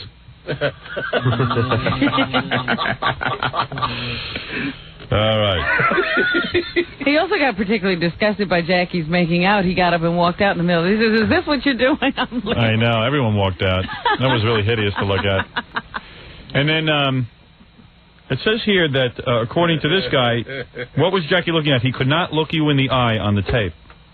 This is from, yep. Wow. What's he mean? The backstage stuff? I don't know what he's referring to. I think he thinks... I think that round table when we were sitting there talking. The format of our new videotape is you get to see all this new backstage stuff, but the fun of it is that we all sit there by the console. No, he says by the console that you couldn't look me in the face. I'm going to go back and look at that, Jackie. I'll look at it, too. You were sitting right across from us. Well, we'll see about that. We'll see about that. Aye. Yeah, we certainly will. Anyway, if you want to get in on the fun, and don't forget about the new poster and everything else that comes with this package. Someone said to me, boy, I didn't expect such a big package in the mail. You just dial 1-800-52-STERN. 1-800-52-STERN. Never expected a big package from you. Yeah. A man with the littlest package on the planet, poster and video. So it's $39.95, $4.50 shipping and handling. You must be 18 or older, though, because of some of the racy stuff that goes on backstage, Robin. That's right. We wouldn't want some minor to get a hold of it. That's right, because if a minor got a hold of it, he might put on his hard hat. What was Robin wearing that day? Do you remember? For the taping? Yeah. Do I remember? Oh, you saw it. Very, very sexy outfit. Yeah? Oh, yes. Oh, yeah. My usual overcoat. Catsuit? Yes. Catsuit. She wears a catsuit. Catsuit. That is correct. Catsuit, Jerry. Catsuit. Catsuit, Jerry. Jackie, did you like the catsuit? Aye. That's right. Oh, boy. So, is he going to get sick of that? Oh, yeah. So anyway, you must be 18 or older. It's brought to you by Infinity Ventures and me. I just want to play you. Belzer's waiting out there to do the news with us because he's so articulate. What's he doing back so soon? He was here yesterday. I think so. But Stuttering John, I've got one last thing to play of yours. This was I thought this was kind of good to play for everyone. This is Pearl Jam's Eddie Vedder. Okay. Now, it's very hard to hear, and I guess you got to sort of understand that Eddie Vedder is this guy who's always pretending to be bummed out. So to hear him with Stuttering John be bummed out, you know, it's too goofy for words. Hey, Rick, can I ask you a question? That's Rick Morath. Oh, good. I'm all set, aren't I? Oh, God, you had it done. You know what? I give up. I'm having a bad day today. I got 12 tapes in front of me, and I don't know. I just can't get it together. I got tapes all over the place. Well, you want me to set it up where I was? No, who cares where you were? Okay. Where were you? I was at the after party at La Barbat with after the Townshend tribute. Like that's gonna. I don't even know what he said. The Townshend. Where were you at the La Barbat? Yeah, it's a bar. So so there's a band there. That's why it's noisy. Dr. John's playing. Okay. And Eddie Vedder, the lead singer of Pearl Jam. Yeah, he's like hanging by the balcony. Howard, this is the night before Eddie trashed the dressing room. Okay. It's all important information. Here we go. Yeah. All right. I just thought I was. All right. Very good. Okay, radio. Yeah. What? Another one. I tell you something. Let me design the equipment here. Give me an opportunity. Eddie. Basic question for WXRK radio. What do you already use the F word? I guess so. Yeah. Right. Can I? You ain't from no radio. Oh, yeah, I promise. The Howard Stern Show. It sounds like he's a little bit loaded. Yeah. You ain't from no radio station. Right. Can I talk to you? No, Dr. John's playing, man. I can't talk to him. All right, man. You gotta be quiet while Dr. John plays. Yeah. Man. Reverential. Dr. John's playing. Howard, the other one. Dr. John is playing, man. I can't. John's playing, man. I can't talk to him. All right, man. Can't talk and listen. Howard always says good stuff about you guys. You know that, right?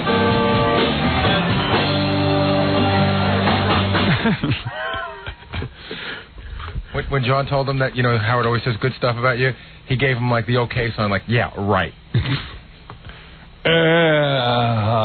That's a pretty good delivery he's got going. Hey, man. Dr. John. You know what happened? Everyone's wasted. The lead singer from the Spin Doctors went over to say hello to him. Yeah. And he goes, hey, Eddie, I just want to say hello. And Eddie took the strings, he had the hood on. He put his hood on, tied the strings shut so he only had a little circle left in his face.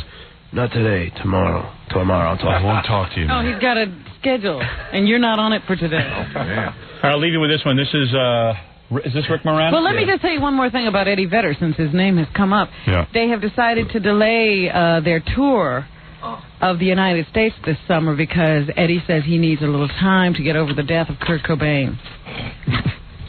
Yeah. He didn't need any time Sunday night. Were they night, friends? Well, he just says, it's going to take him a little while to get over this whole thing. Yeah. So he's just going to, he's got to cope with what just happened. I tried the same thing here. I said, I'm really broken up about Eddie Vedder.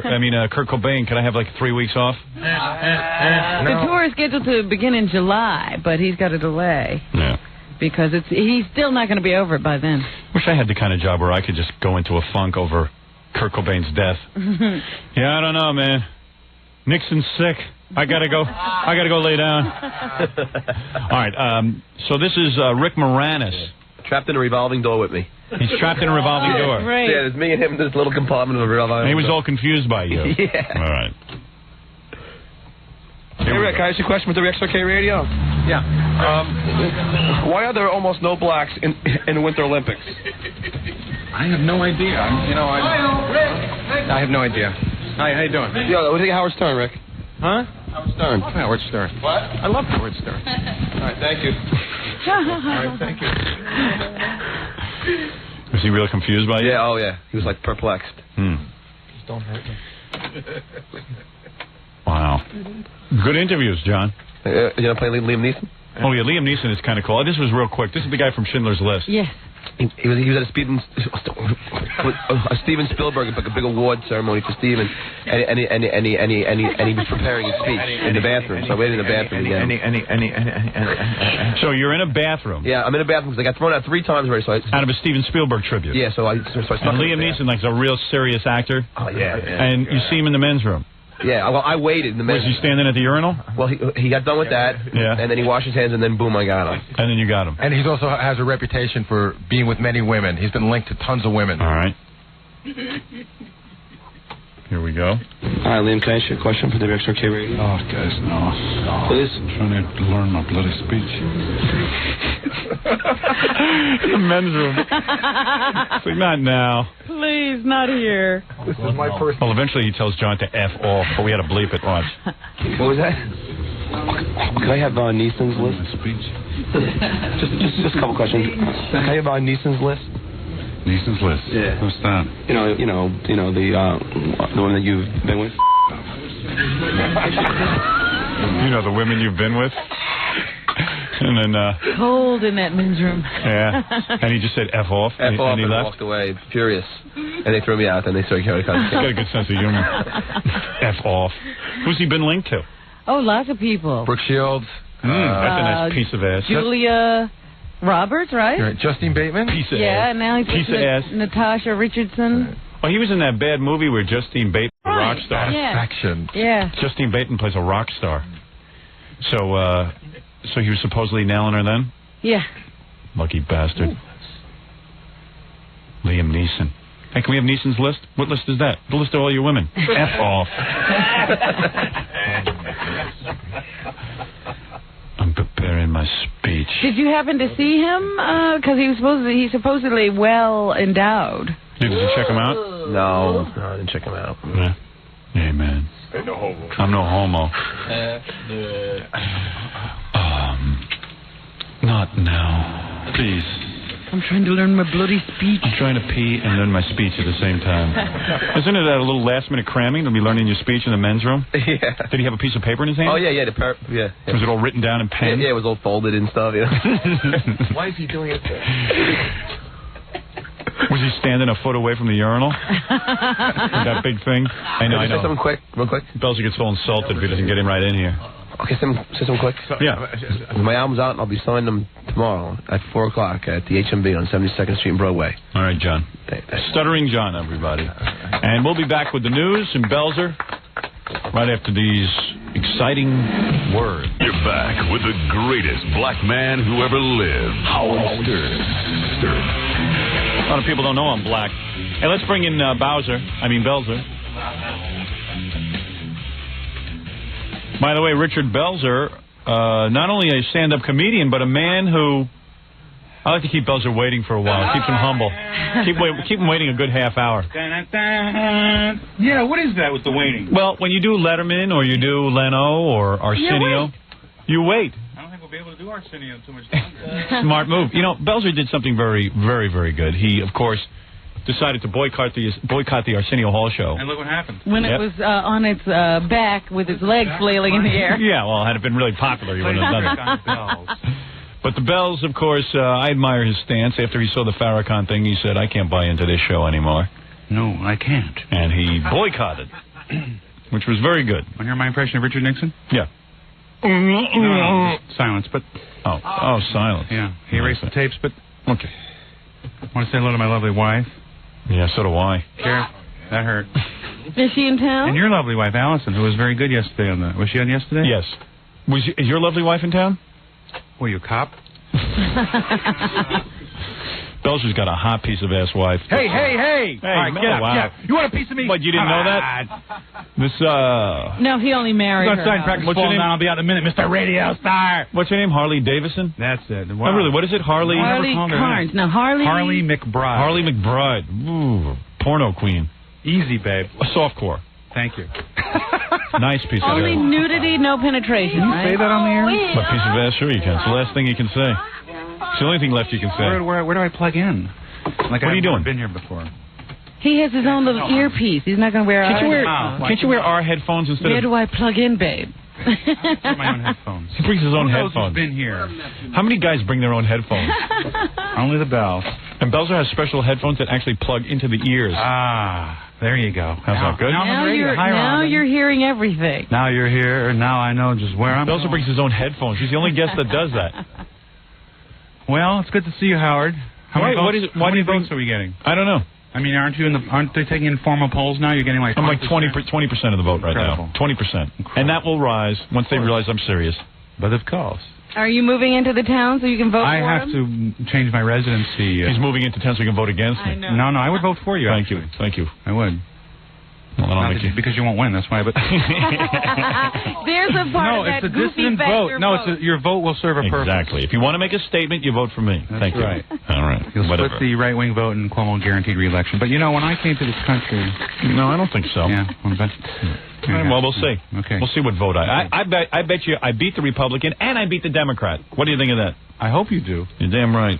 Shake this town up, this state up, this country, this world will be back. Can you imagine if I win? No. Oh, it will be, if I win and I am the governor of New York. It would be an incredible moment. It's going to be the biggest thing ever. May I make a request? No personal friends getting any special requests. No, I just want to perform at the inaugural ball. I would. That would be fun. Can I be the MC that night? Just keep it short.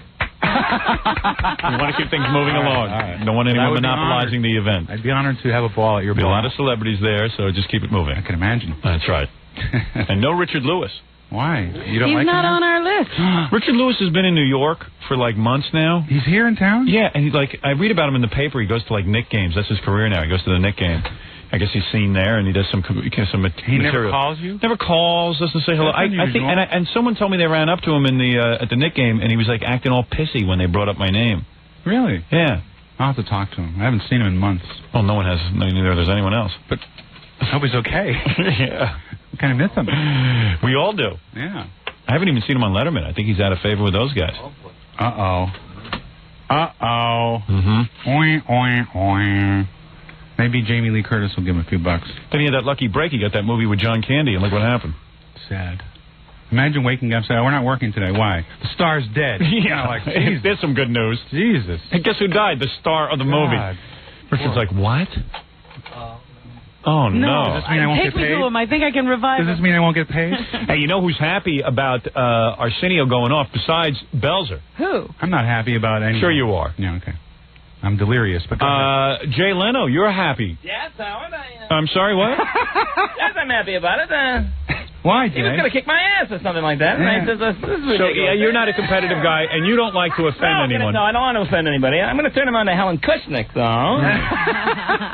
No, but you Speaking of him, you don't want to offend anyone. I know that. And not at all. Yeah, right. Jay's very diplomatic. No, really, that knuckle dragger has no talent. How do you know that? Well, now you're changing your act. I told him I'm going to use Arsenio on my lawn with a lance. Do you know we're on the air, Jay? This is not a private conversation. Oh, Jay, we're on the air. Jay, this we're on the air. You better apologize. I'll be forever grateful to that monkey. Jay, that's a little strong. I'm the new angry Jay Leno. I'm the new outrageous Jay Leno because the gloves are off. Right, you want to beat David Letterman now, right? That's right. But back to Arsenio. I'll let him... Who do you think is going to split that little audience? True story, ladies and gentlemen. Did you see this in the paper today? Well, what was the story? Arsenio was caught picking the cotton out of his aspirin bottle. I don't know if you saw that. Yeah, but Jay, now you're really going after ethnic jokes and this kind of stuff. You're going to change your image a little bit. Sure. But I like it. I would tune in to see this kind of stuff. When Jay started, he was much more hard edge. You were much more hard edge, Belzer says. Yes. Early in your career. Yes. Well, I have to get back to that because that's where my roots were. Yeah. And speaking of roots, let's get back to Arsenio. You know, now he can collect welfare like the rest of his family. That's really rough stuff for Leno. He knows what I'm talking about. This is the new Jay Leno. Yeah. Wow. Are you doing any... People will tune in for this? Yes, Howard. No, I think they will. I think this is a different kind of Jay Leno, Robin. Jay Dice Leno. Yeah. Jay Dice Leno. Belzer, what about you? Yahtzee Leno. Do you like the new Jay Leno? Do you like it? Well, Jay and I started together, as you know. When he first was on the scene, he had a hard edge to him. He was like... You were more like this. Yes, we used to work for Mitzi Shaw. Yeah, Rick Newman. Jew-ass. Jew-ass. Oh, good Jewish you. Yeah, go ahead. Yes, for years you wouldn't make any Jewish jokes because you didn't want to get in trouble with the Jews. He's feeling confident about the Tonight Show. I'm very confident now. Yeah, a little more relaxed. Looking good. I don't know why I'm perceived as a loser. I'm only, 1 point behind or something like that? Right. Yeah, right. You're not doing that badly. And everyone says you're a loser, but you're not really. You know who's a loser? Arsenio is a loser. Right. Let's face it, I bought him a wide-brim hat so the birds can't crap on his lips. Wow. You've never been this outrageous. You've never been outrageous like this. Gloves are off, Howard. Wow. The gloves are off, ladies and gentlemen. All right. Yes. I even have to disavow myself from that one. Yeah, you might want to quit that show. You're getting a little bit edgy. From that Maybe show. you want to apologize. No, I don't want to apologize. You sure you don't want to check that with some organization? Yes, I'll call everybody personally, Robin. I went to the pet store the other day. This is a true story. Yeah, go ahead. Right. Does this have to do with Arsenio, by the way? It's in the paper, but I've got a Jewish canary. Yeah. Yes, it says cheap. Oh, all right. Wow. Now, Jay, you stepped on the wrong toe. Belzer didn't like that. You stepped on the wrong toe there, Jay. Belzer's a member of the ADL. Yes, well, Zachem Vey. All right, very good, Jay. Thanks for stopping by. I'm all select now. And congratulations on your win. Now, let me ask you something, Howard. Yeah, go ahead. Now, how long is it before Arsenio was pulled over and beaten like Rodney King? The L.A. cops didn't recognize him. Exactly. What is going on with this? Very good, Jay. Jay only makes $6 million a year. Right. The apocalyptic things happening in Los Angeles, ladies and gentlemen.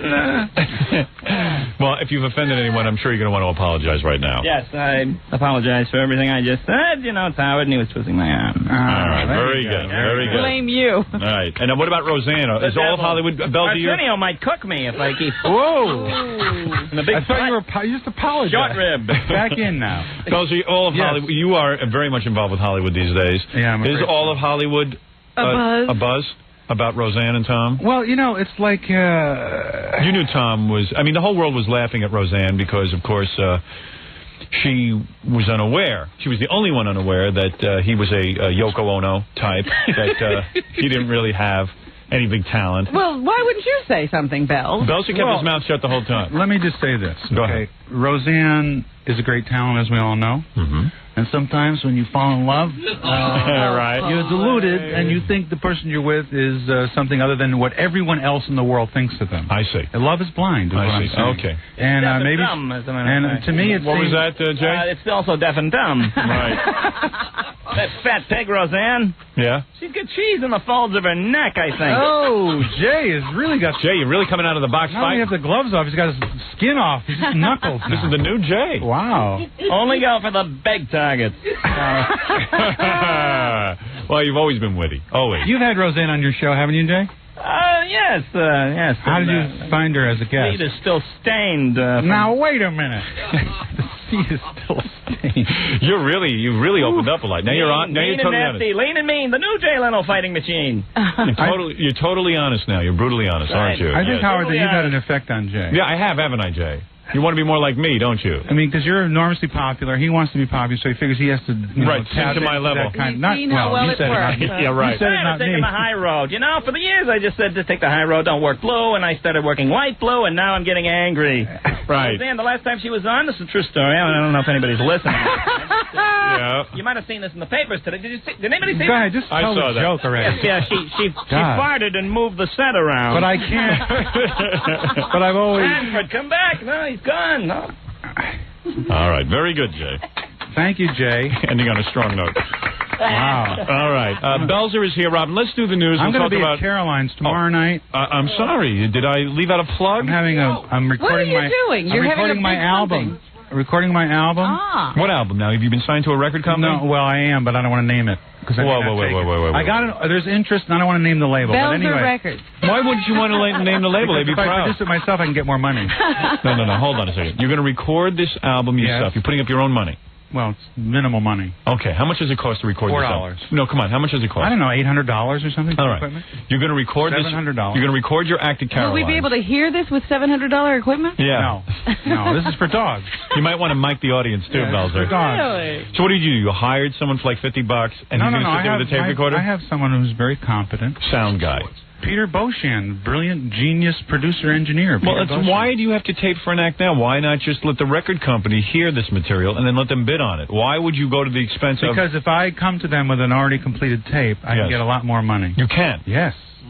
All right. Oh, he's researched. I'll tell you the parameters. So when you say you're taping your own comedy album, it really isn't a comedy album that you're taping because no one has bought it yet. That's right. So in other words, come to Richard Belzer's show and watch him tape himself.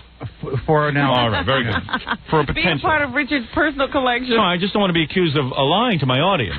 This is not for a comedy album. This is for Belzer's personal tape. This show will be recorded. That's a better way of putting it. For me to listen to in my car. Okay. I will never show it to anyone or play it for anyone. Richard Belzer will be appearing at Caroline's Comedy Club this Thursday, Friday, Saturday, and Sunday. There'll be taping equipment there, and you'll be on Belzer's tape. You're there the whole weekend. If you want to be... You know what Belzer reminds me of? These guys who take home video and then call it a movie. Yeah. He's taking a home video. Now, let me ask you this. If I get an album, will you write the liner notes for me? No. Why not? Because everyone keeps asking me. And everyone. Look who you're talking to. I just wrote the liner notes. I'm just anyone? Yes. Sit down. Sit down. Sit down. Yes, you are just anyone. Sit down. You're not anyone. You're everyone. You're just like everyone else. No, I wrote the Bill Kinnison... What? I wrote the book. Bill Kinnison just put out a book. I wrote the back of the book for that. Oh. I wrote Enough's Is he just anyone? Yes. Yeah, I just wrote Enough's liner notes, the band. Have you ever done a comedy album before? The liner notes for a comedy album? I don't believe I have, no. Well, you think about it. Well, what am I supposed to write? You write it and then put my name on it. No. What do you want me to just say? I've heard this material and it's wonderful. I hope you enjoy it. Well, play me the material. Love Howard. Play the material for me and I'll see if I like it. No. Just say that. All right, that's what I will do. Thanks, Howard. I'll tell you what I will write the liner notes to. Threaten you? I'll guarantee you I will write the liner notes to your wife's next porno movie. Okay, it's soft porn. Soft porn. Yeah. Now that I'll write. Send me a copy. I'll review that. All right, it's called Homicide Undressed. I love her. Yeah, right. I'm a big fan of your wife's. Before I even knew you. Ooh, that hurt. By the way, Homicide has been renewed. It won the Peabody Award. Also, Belzer plays Inspector Henderson. Go figure this. When is he doing that? I've never seen... I watch Superman every week. Final episode of Superman, I arrest Lex Luthor. Good for you. It's about time you But he caught gets on. away. Does he? He escapes. The Belzer? He just jumps off the building. Inspector Belzer will catch Lex I said, Luthor. Mr. Luthor, just put your hands up there against the wall. Hey, the girl who plays Lois Lane, a hot piece of ass. Even you will admit. She's married. She got married this week. You're kidding me. Yeah. To who? Some actor. Lucky bastard. I have a movie at home with her naked in it. Uh-oh. It is fantastic. Hey, have you heard my about mother's this? picture on my wall. Have you seen the movie? No, I don't see nude pictures. It's called, you have it at home, don't you, Robin? I think I do. Yeah. Cold what? Cool running? Cold shower. No, Cool Blue. Cold surface. Cold Surface. Yeah. She is so naked in I this. haven't seen it yet. Very passionate. She lives next door to a writer in this, guy who writes movies. Uh-huh.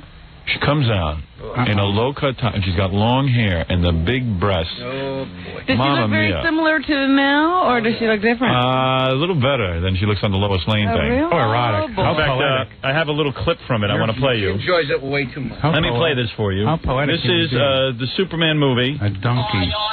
Oh, there it is. That's her? Hold on, I'll play it. What was that? Here it is. This is the big love scene. Aye.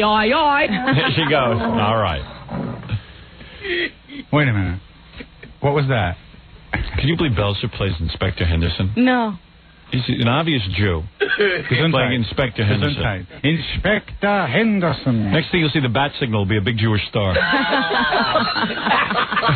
Oh, sorry. Sorry, I gotta leave this dinner. There's a crime on the other side of town. Get my car. I've got to get over there. Somebody's breaking into the Metropolis. Wait a minute, that's Superman's house. I mean, what city? Hello? All right, listen, we'll take a break. Who is it? Belzer. Also, John Munch is Jewish. Is that right? Detective Munch. Put my matzah in a doggy bag. I have to catch Superman.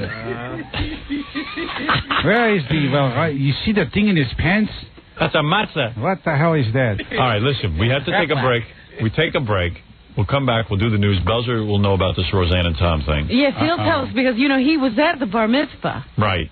That's right, I was. Oh, now I can talk about that. Ask him I want to lots talk of about that. questions. I got some stuff to tell you about All that. right. Good. And during this break, people can call Caroline's to make their reservation. Right. Yeah. Belzer at Caroline, sure. Right. Yeah, This Thursday, Friday, Saturday, and Sunday. Okay. Yeah, good. Thank you. 97.1 The Eagle. We're back with the Howard Stern Show.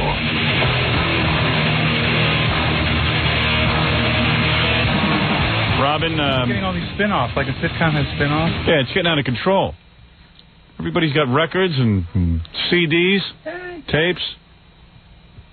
Formerly of the Howard Stern Show will be a credit that people will get. Yeah, right. Used to be on the Howard Stern Show. Yeah, it'll be a trivia question. Yeah. What was the first spin-off? What platinum-selling artist who stutters used to work for a famous radio disc jockey? I got to be honest with you. I can't seem to get rid of anybody. As much product that comes out, nobody leaves. That's funny. Isn't that right, Robin? We haven't had one person leave. We have the oldest interns in the business. I can't get rid of one of them. Hey, Howard, you want that water, that spring water in your chicken? Yeah, sure. After you come back from tour, you can get it from me. I remember that guy. He started here. All right, anyway, let's do some news. Belzer, of course, will be at Caroline's Comedy Club this Thursday, Friday, Saturday, and Sunday. The news. What's Well, the news Howard, across something really, really awful is about to happen. What, Belzer's going to tell a joke? Tom and Roseanne are going to go back together? No, there's going to be a doorman strike in New York. Oh, my I'm able to God. carry my own trash. A doorman strike. I will come over and carry your trash. I don't want you doing You know what? that. This city will stop. That's true. I guarantee they'll settle within 2 hours. I What don't does you know, do? the You have a last doorman, right? time, yeah. What does he do? Opens the door. But, you know, ladies and gentlemen. No. They do a lot more. Like, what do they do? Much more. Well, they help you with your bag. That's right. They take packages for you. You know, any delivery that comes to the house, they get. Errands. They let me in my house if I forget my keys. And you can't get a scab to do that? They secure the They building. go through your apartment when you're at work. They can't get a scab to do that? They look at your wife when they walk in the hall? Now, wait a minute. And they make sure that, you know, the trash is picked up, the halls are cleaned, you know, Depending on the building, I'm sure. outside of the building. Hold you up for ransom on Christmas? Absolutely. I have to say, but most doormen in New York are really interesting guys, nice guys. Don't you think? I'm serious. Yeah, they're crack addicts in uniform. I'm serious. Very good. Crack addicts in uniform. Some.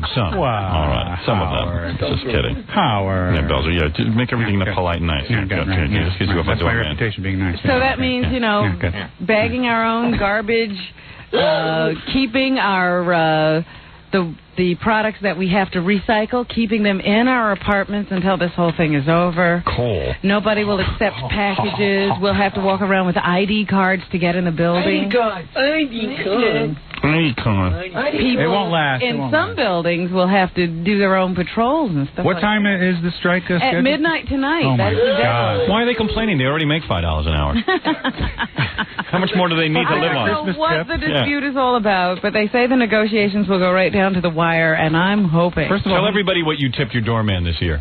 For Christmas. One doorman? What are you talking about? There's a staff of what did you give? Like what did you give each doorman? When it was all 500? told, I paid out $1,000. Wow. $1,000 at Christmas time, tipping everybody. So what's the strike over? I don't know. Yeah, bigger tips. Who knew that there was a doorman's union? First of all, we want we want nicer uniforms. Doorman's union. I want epaulets.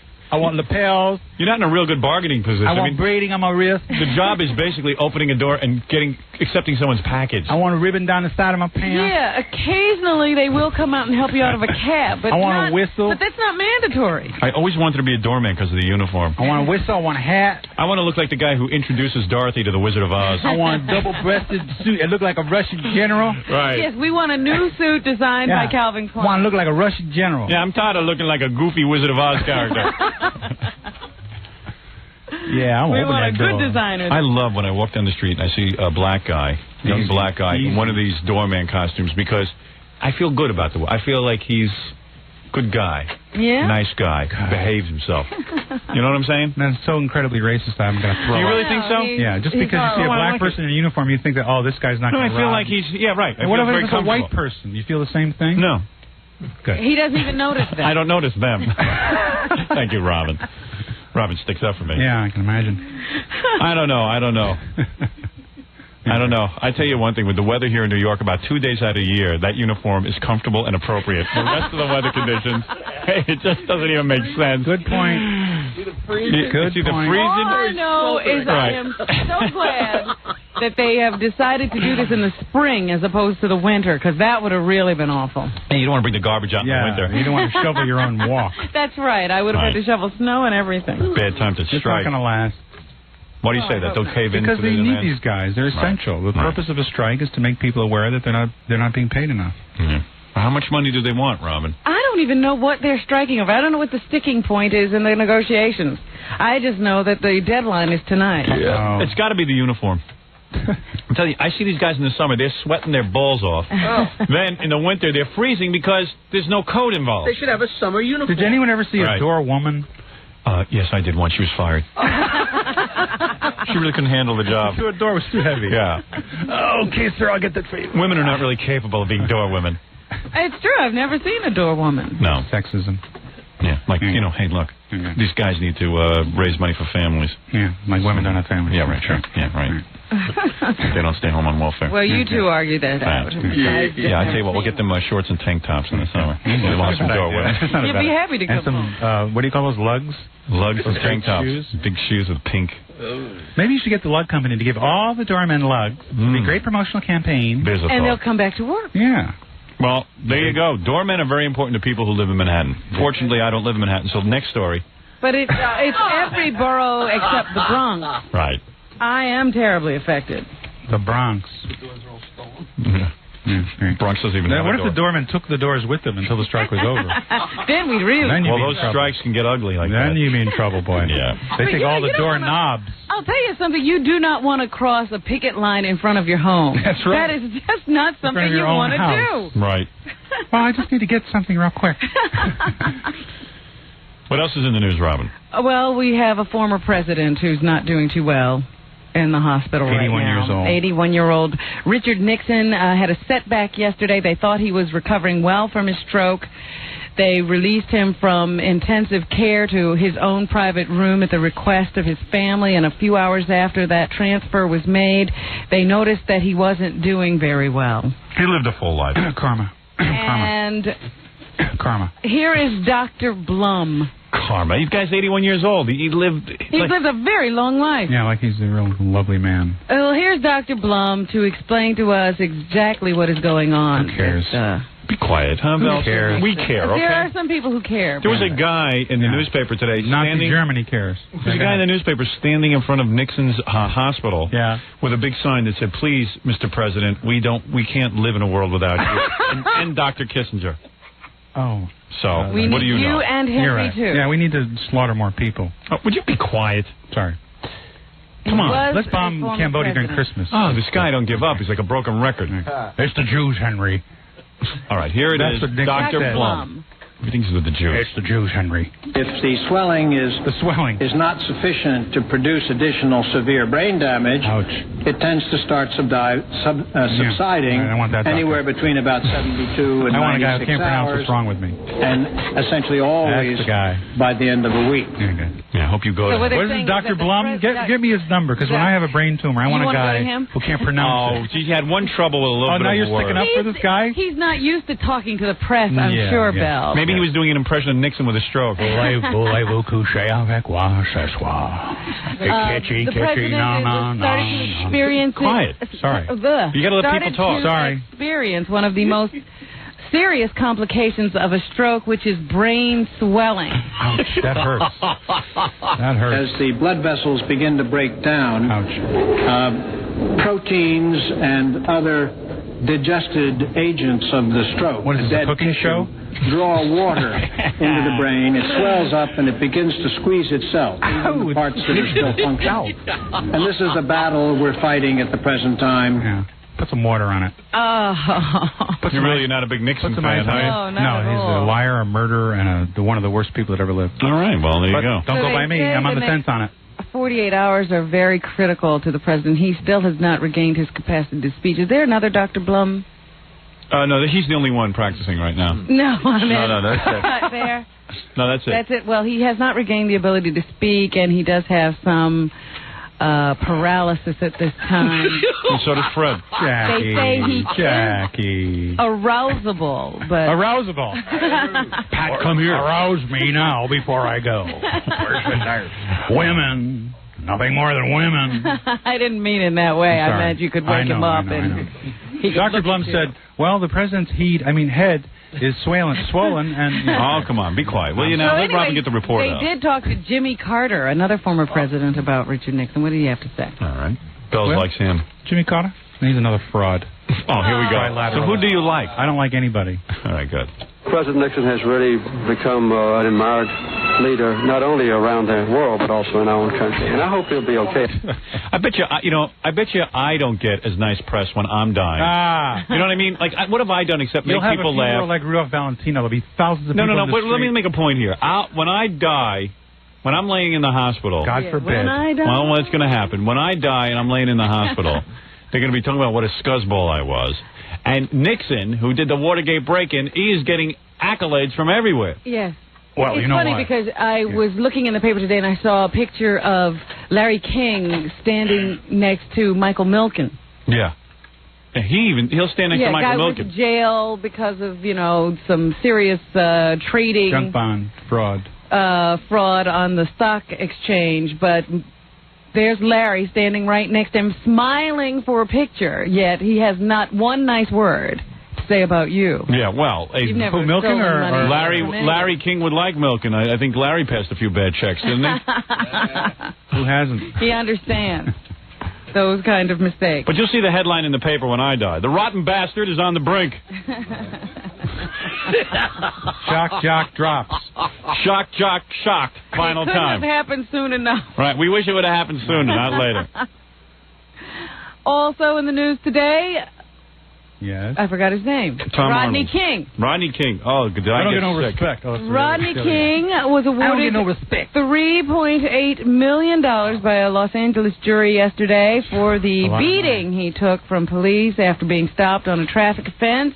Here is the Deputy City Attorney Don Vincent of Los Angeles to say that the city is not really very happy about the jury decision.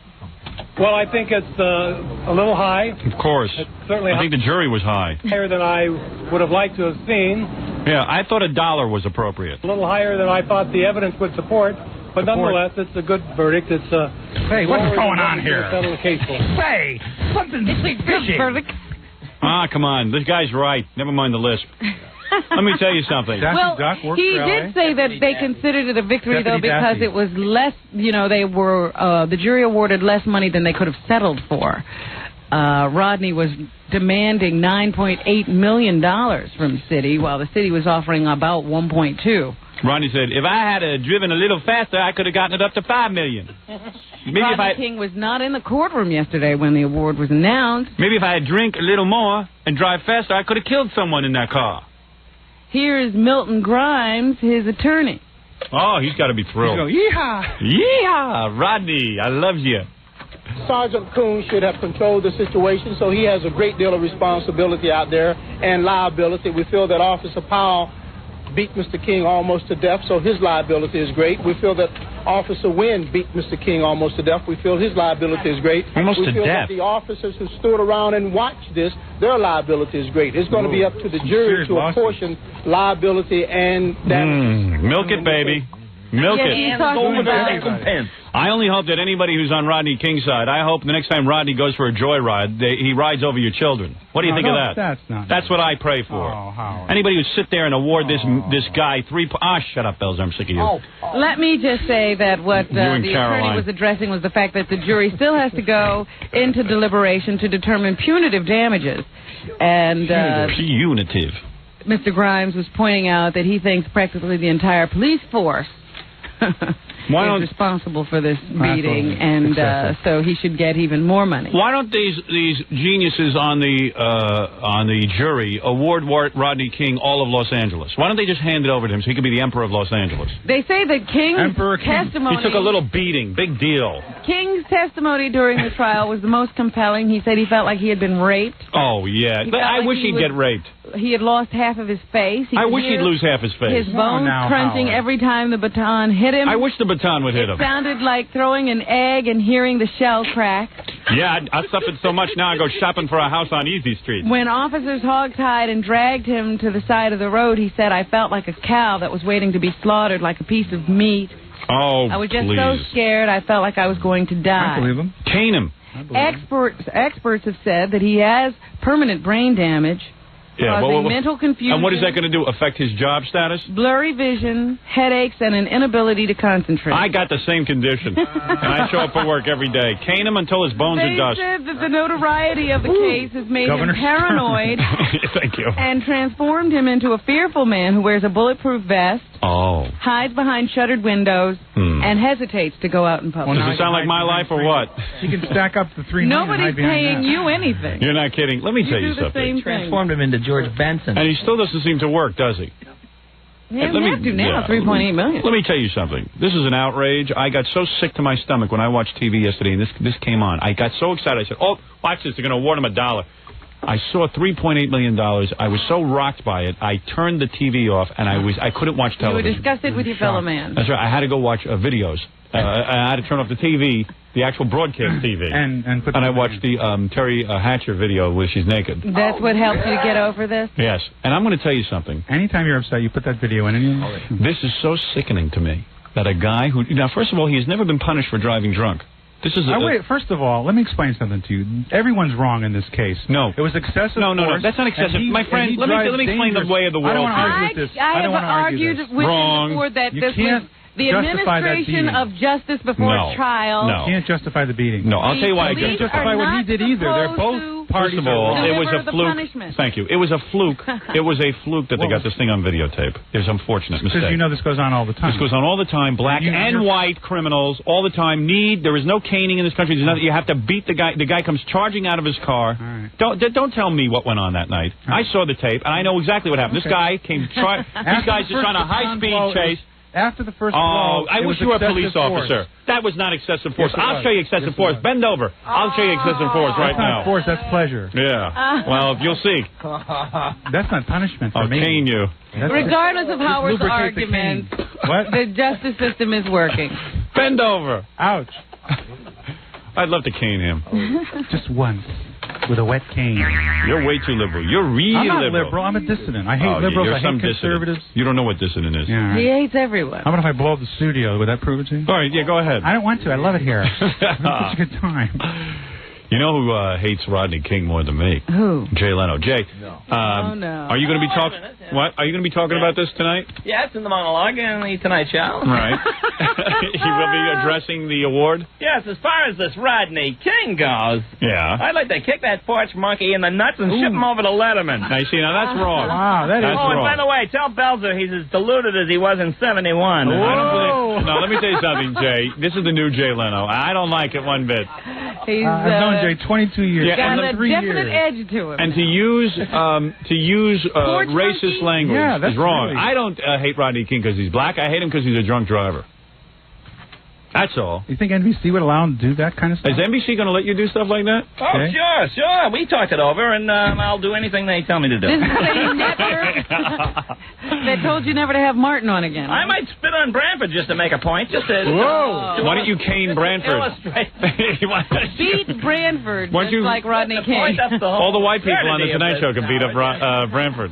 Did That would be you a good see sketch. in the paper, Robin, the other day, some coach in Texas volunteered to be caned? Yeah, did you see that? No. Instead of... He was on TV last night. This big He gym wanted to be teacher. caned Wait. as opposed to what? This big gym teacher comes on TV, and the guy looks like your gym teacher. Yeah. And he goes, I have contacted the family. I am willing to take the caning for this young boy. Oh, for Michael Fay. But he has to stand there and watch Oh. while I am caned. Sounds sexy to me. Yeah, so I was like... Yeah, he's into some kinky stuff. I said, boy, there's a weird gym teacher. That is weird. He wants to be caned. But a kid's got to watch. Yeah. Check, please. I'd like to interview him. But go ahead, Robin. You have Continue to buy with him the a couple news of drinks, then cane him. It's a little Well, I was going to get into the Roseanne and Tom thing now because it doesn't seem to be a hoax anymore. Tom Arnold spoke to the press yesterday because of the horrible allegations that came out in the divorce papers filed by his wife, Roseanne, who has separated from him, thrown his clothes out of the house, and now accused him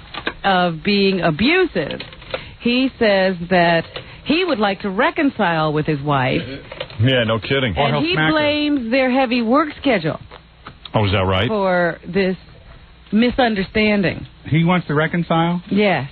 Here is Tom Arnold. The allegations that were filed are not true, and Well, he sounds like Roseanne's family He now. sounds like a beaten dog. Is what he sounds very serious, as you know, and that's why I'm commenting on them. I love Rosie, and I'd like to have a reconciliation. Me and my other wife. First he calls her Yeah. a liar. Yeah. And now he loves her. He loves her, and well, she's they've Rosie. had that kind of relationship all along.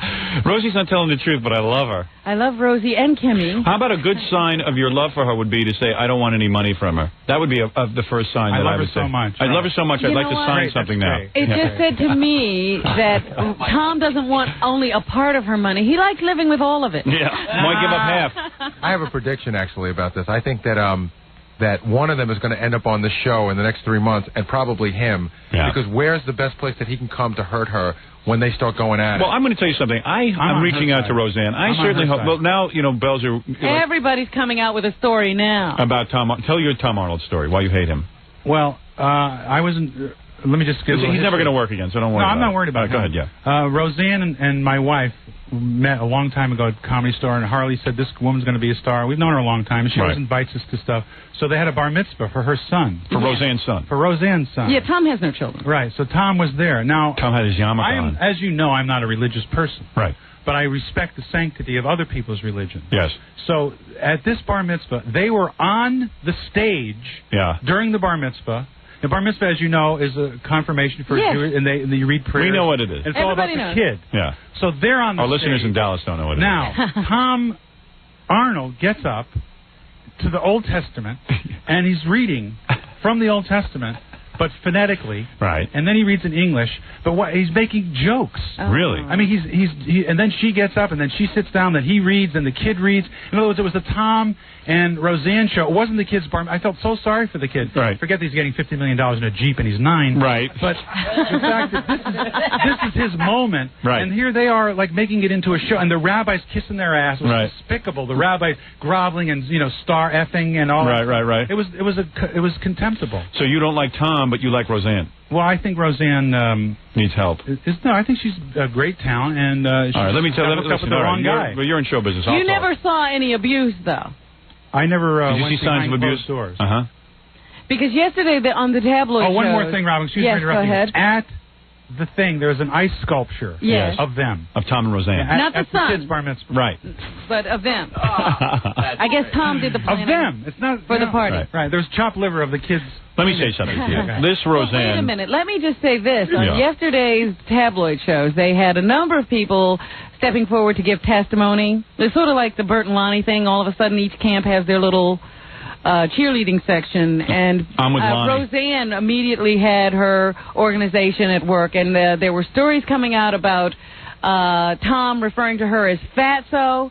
Get over there, Fatso. Well, that's accurate. Stop that. And, I like her description of abuse. He grabbed my calf. Meanwhile, it was probably the calf she was eating, and he took it away from her, right? My calf. I saw it tape. I was eating that. Yeah. No, but give me my friggin' calf, Tom. There were lots of stories yesterday about how Tom has been verbally so it's abusive coming out now. And called her names and made fun of her. But she wrote a book all about everything that was going on. Why didn't she mention one word of this? She's embarrassed. Yeah, embarrassed. Listen, in a classically abusive case, a woman doesn't have anything to turn to. She has no money. She has no. So she sticks with this guy. Well, that is not necessarily true. Absolutely true. I know everything about it. And I am telling you that this woman could have walked away anytime. She was on national television. She could have screamed out, "Tom's abusing me." Where was she? I'll tell you something. She has no credibility left anymore. Every week it's another crisis. But you got to feel bad for her because she's been in and out of mental institutions. She's got a mental problem. And this guy in front of the whole country marries her, and we're all laughing at her, and everyone's yelling that the guy's, he's Yoko, and nothing happens. She don't listen to anybody. Well, she should call up and apologize to me for being so honest. Well, let's listen to more of Tom Arnold's statement. Okay, all right, let's be fair and listen to Tom's statement and then crucify him. I'm not a perfect husband, but I was not an abusive husband. I agree with him. I believe him. I don't believe he was abusive. He goes on to say what, some of the problems were. I can tell you that all that is false, all the claims, and I assume that her lawyer and she will make that statement very soon that there was a mistake made of some sort. He does say that he has talked to Roseanne and she's interested in a reconciliation too, but he says one of the problems was that they started to work too hard.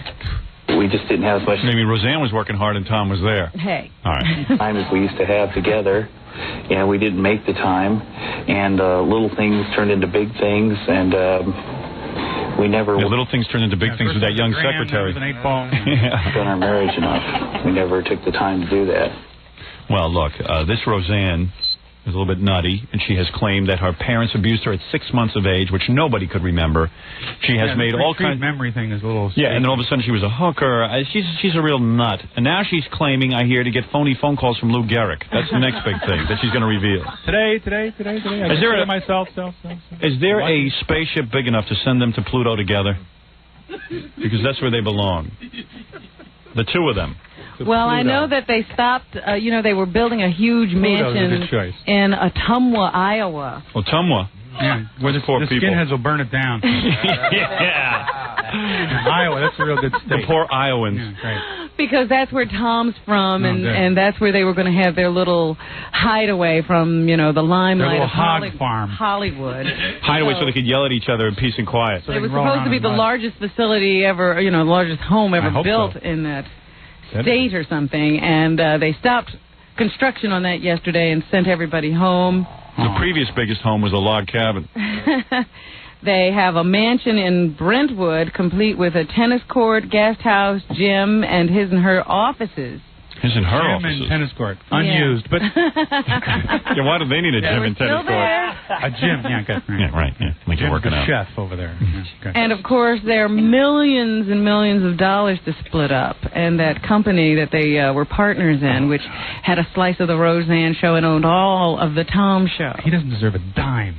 Well, he's going to get it. Well, there's speculation. She really worked. worked. You know, whatever you say about her, she worked. Beat all the odds. Hard. Yeah. And there is a question as to whether he would be entitled to any of the money from Roseanne, the series, since it was on for 2 years before he ever got involved. Right. Well, that's going to be a tough Iowa, one. she should give him in a sandwich. If Roseanne was a man and Tom was a woman, Tom would get 50% of the earnings and none of this nonsense about, gee, he wasn't there from the beginning of the Roseanne show.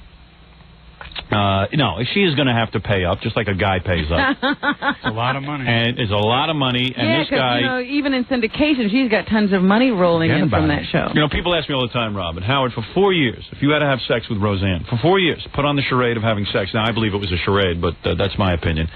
For 4 years, would you have sex with Roseanne Arnold, Roseanne Barr, whatever her name is now? Because now she's confused. She doesn't have Roseanne Barr. Roseanne, like Prince. Well, you know what her new name will be. I want an exclusive. Her new name will be Roseanne Cherie. Okay. She will change her last name to Cherie. Why? She has said that she would change her name to a French name. Right. Her middle name is Cherie, and it will be Roseanne Cherie. Okay. And she'll expect everyone to learn that Nobody name. will know what to look what? for. She's in France now, isn't she? She's in France now. Well, she was preparing to go on a European vacation, and nobody seems to know exactly where she is. She will be Roseanne Cherie after her favorite pie, Sherry pie. Sherry. Sherry, whatever. Pie. Anyway, Sherry pie. I'll tell you, 4 years with her, my penis would never forgive me. Never forgive me. No matter how much money you got out of it? Although, would you rather be beaten by the cops for 5 minutes and get $3.8 million? That's a tough one. Because he's going to make a lot more money. Here's your choice. You get to be beat up by 4 cops. Tom Arnold will inherit. Or you have to sleep with Roseanne for 4 years. Same amount of money. Tom Arnold will walk out of this with a minimally $25 million. Oh, minimally. We did it, Kim. Ah! Kimmy, I just got the $25 million. Kimmy, we did it. What is the story with that, Kimmy? Kimmy, she's a piece of ass, and he needs one probably. So he. So the rumor is that he was nailing her, and Roseanne caught him. That was the rumor. That's what I heard out in L.A. I mean, they had a 3-way marriage. So I think after 50 times in the sack, where Tom Arnold turned to Roseanne and they were talking, she says, "How come every time the three of us go to bed, you and Kimmy end up getting it on, and you ignore me? That's 50 times in a row. What kind of 3-way marriage is that?" I see. What about me? What about fat meat? What about my needs? Yeah.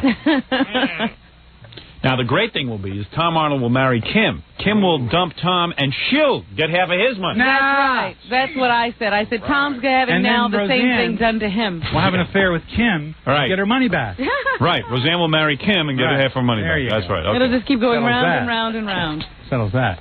But, ladies and gentlemen, Caroline. So anyway, that's the latest on the Roseanne and Tom thing. Caroline's Thursday, Friday, Saturday. And then Larry Amoros will audition Kim. Man, is that a story?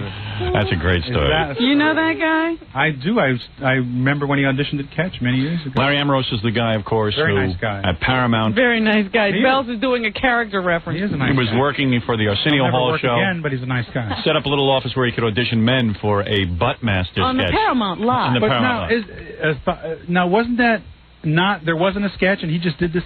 Yes. But where do you see on the Arsenio show a Buttmaster sketch where you're going to have naked buttocks? So he puts an ad in Variety and says... Yeah. Oh, how long have you known Larry? I'm sorry, I missed the ad. Has he ever measured your buttocks? Bells wanted to go to that audition. Oh, Bells would have been on the phone. What is this, an audition? You don't call me? Yeah. I don't have to read. I'll just show up. By the way, Bells is going to be at Caroline's this Thursday? Tomorrow night. Friday night? Saturday night and Sunday night. And you'll be taping for an album? I'll be taping for my own use. My own personal use. Bells is always funny. Did you see that Frank Sinatra's back? He was at Radio City Music Hall last night, and everybody said he did a good job. Yeah, I have a little tape here of his show. It's 4:45. Come run with me. Let's run. I've got you under my house arrest. He just doesn't know the lyrics anymore. You make me feel so dumb. Fly me to Jupiter. Let me, I think, well, anyway. The summer school. That's why the lady is a hump. They say he's fine. Yeah, right. Frank, how you feeling? Since that collapse. What? How you feeling, seriously? Okay. Do you feel good now? Yeah. What happened at the Academy Awards when you... Oh, what was it, the Grammys? The Grammys. What happened? Oh, it was like being on third base and waiting for the pitch and I didn't know what to do. Easy, Frank. Easy. You're a Calm major down. star. That's right. Yeah. I did it. My goodness. Fellas, you like Frank? I did. You did? You don't like him anymore? No, I like Frank. He's a great You singer. like Frank? The greatest white Nixon singer. you hate. Him and Elvis. Nixon you hate. Nixon I detest, yeah. Ironically, you love Larry Ambrose, and Nixon you hate. Yeah, isn't all right, see go how ahead. the world works? Larry was a good guy. Good guy. All right, there you go.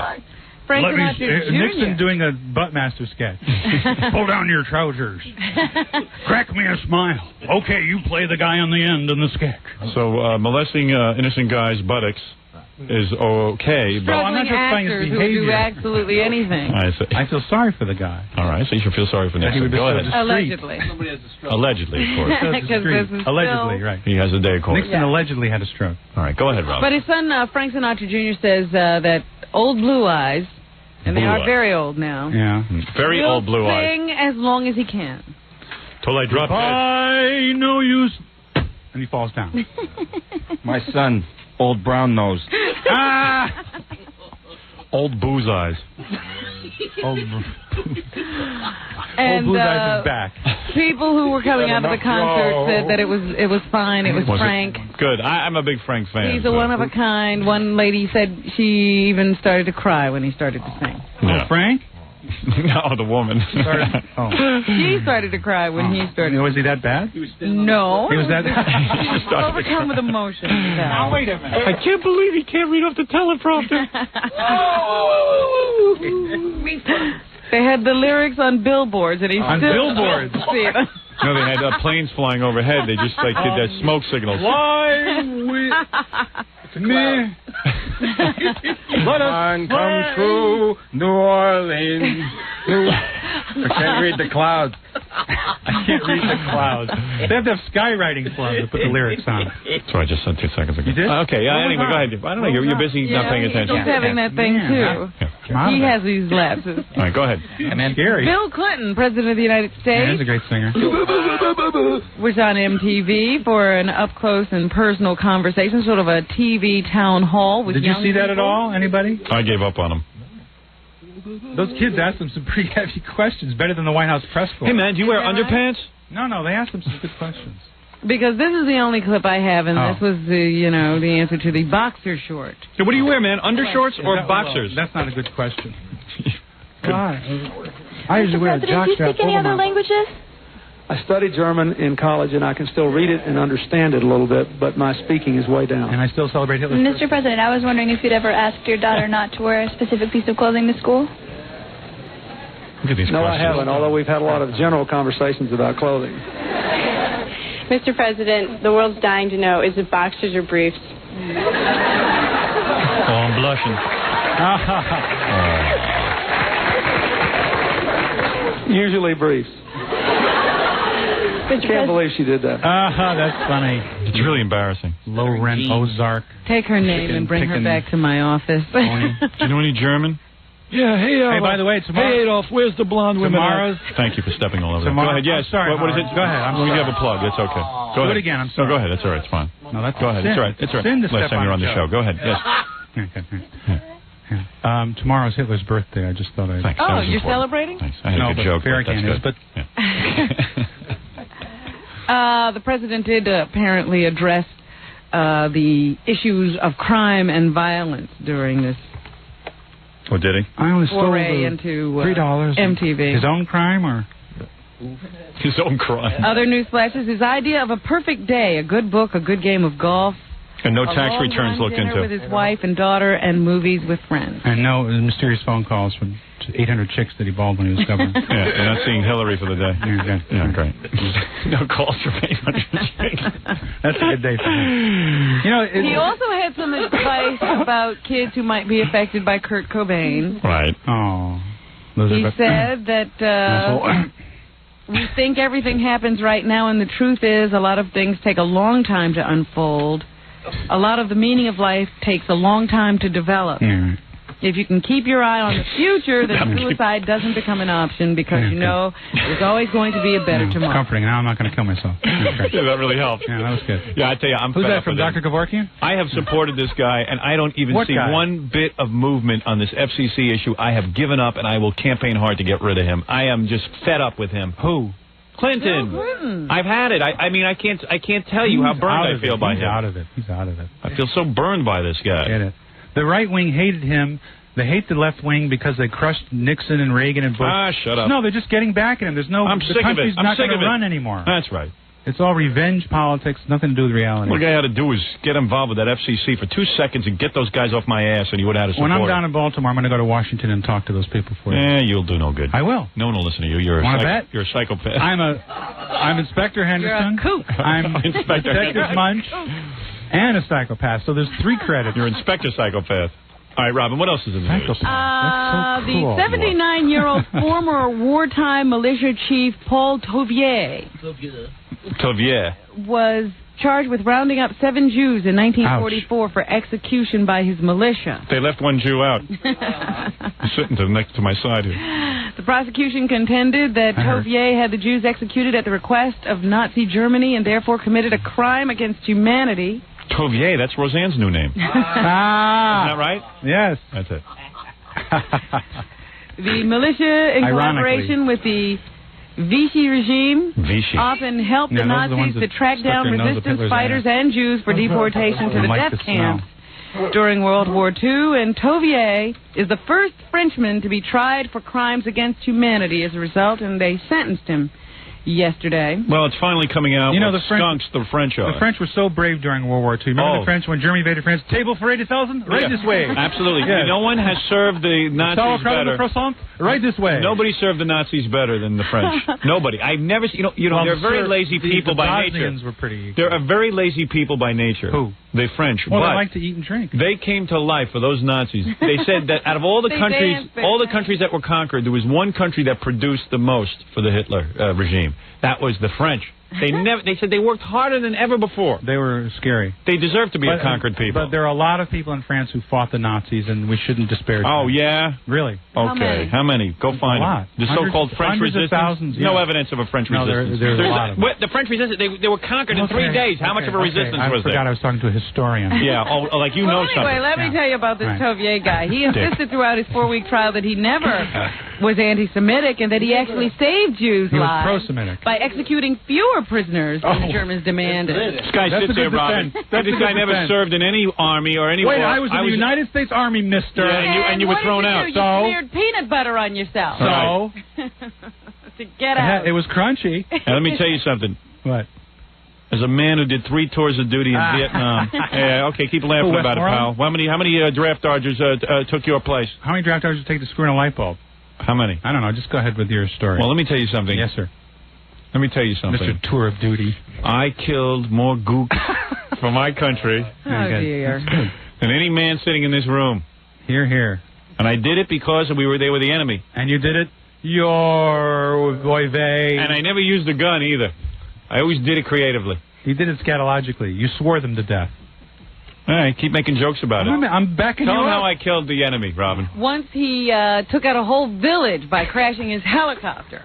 Into the village. You jumped out just before it crashed. This will be part of my movie. Wow, what a great scene. Right, and I took them all out. Innocent people. Then I found, not only that, they weren't innocent, they were the enemy. They were collaborators. I came, tell them about the time, Robin. I'll tell them. I'm proud of it. Yeah, good. I go into a village. Yeah. Greenwich Village? And they have these... he goes into the village. They kept claiming they were... what do you call it? Regular civilians. Yeah, I could tell they were the enemy. Yeah, please. They were just farmers. So I start to interrogate them, and I'm biting this one woman who I knew was an enemy. I bite her on the feet and listen to her screams. And she talks? She kept lying and lying and lying. I took her whole family. I took her whole family. I buried them. Yeah. Verbally? I buried them in the ground. Yes. Up to the neck. I buried them over in their head. The only thing that stuck out was their hands so they could wave goodbye to me as I left. Did they wave? The village. Were they nice enough to wave? And then I set fire to the shacks. Right. And I macheted their heads off as I ran out. But did they wave before you macheted them? Yes. All right. And let me tell you something. I won that war as far as I'm concerned. Single-handed. I did it for every guy who died over there. All right. A woman whose left tragedy. breast was removed. That was me. I did it to her. Excuse me. What? A woman whose left breast was removed after a misdiagnosis of cancer was awarded $2.7 million yesterday by a jury in Jacksonville, Florida. I'm glad you brought that up. Here's a woman who had her breast removed for no apparent reason. She got $2.7 million. I can understand that. Rodney King gets 3.8. Now, you tell me where the scale is. He had bruises on his chest. Yeah, that's right. I think he got bruised on his chest. Attorneys for Elizabeth England argued that perfect justice would have been for the jury to be able to undo all of the damage and to give her back her health, her natural left breast, and her lymph nodes that were all removed. Doctors aren't too scary. But money was the only thing that the jury could give this 41-year-old woman. She says she put her faith in the doctors. What's the doctor's name? I want his name. Dr. Amoros. And that... Dr. L. Amoros? No, She of course expected not. them to care for her as a human being and to take great care in making a diagnosis and I don't treating think you her. trust and your they did doctor. Dr. Mo.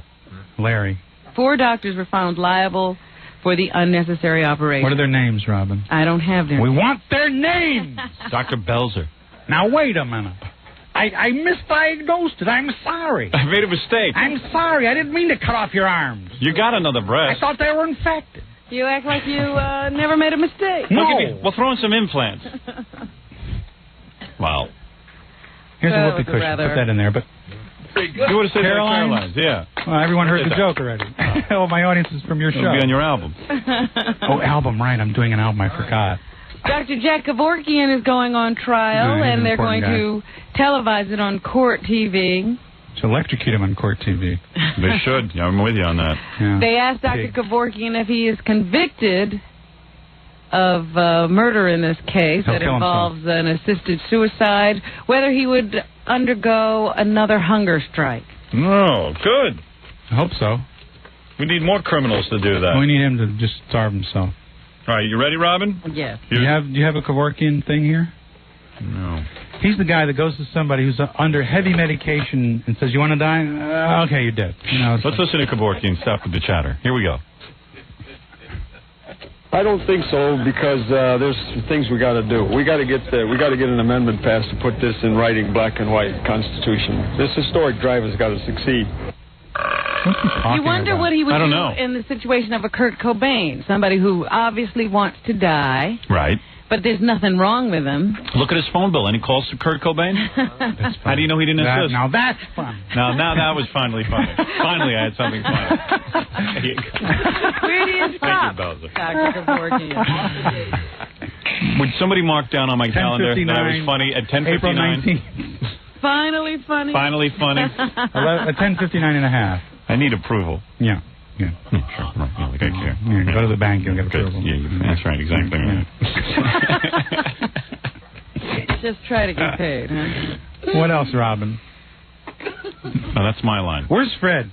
Can I get some water in here? Fred, you're asking for water? That's the last guy you asked. I mean Gary. I'm sorry, Fred. I meant Gary. Forgive me, Fred. Oh, you're in trouble now. Lifetime enemy. I meant Gary. I was looking at Fred when I said his name. I see this in the paper today, and I'm so pleased that the FBI is Jackie, now give me some looking water. into gypsy crime, Howard, in New York and all over the country. Gypsy crime. Yeah, yes, you were the know, victim I was of it. taken by some gypsies. What do you mean, gypsy cabs?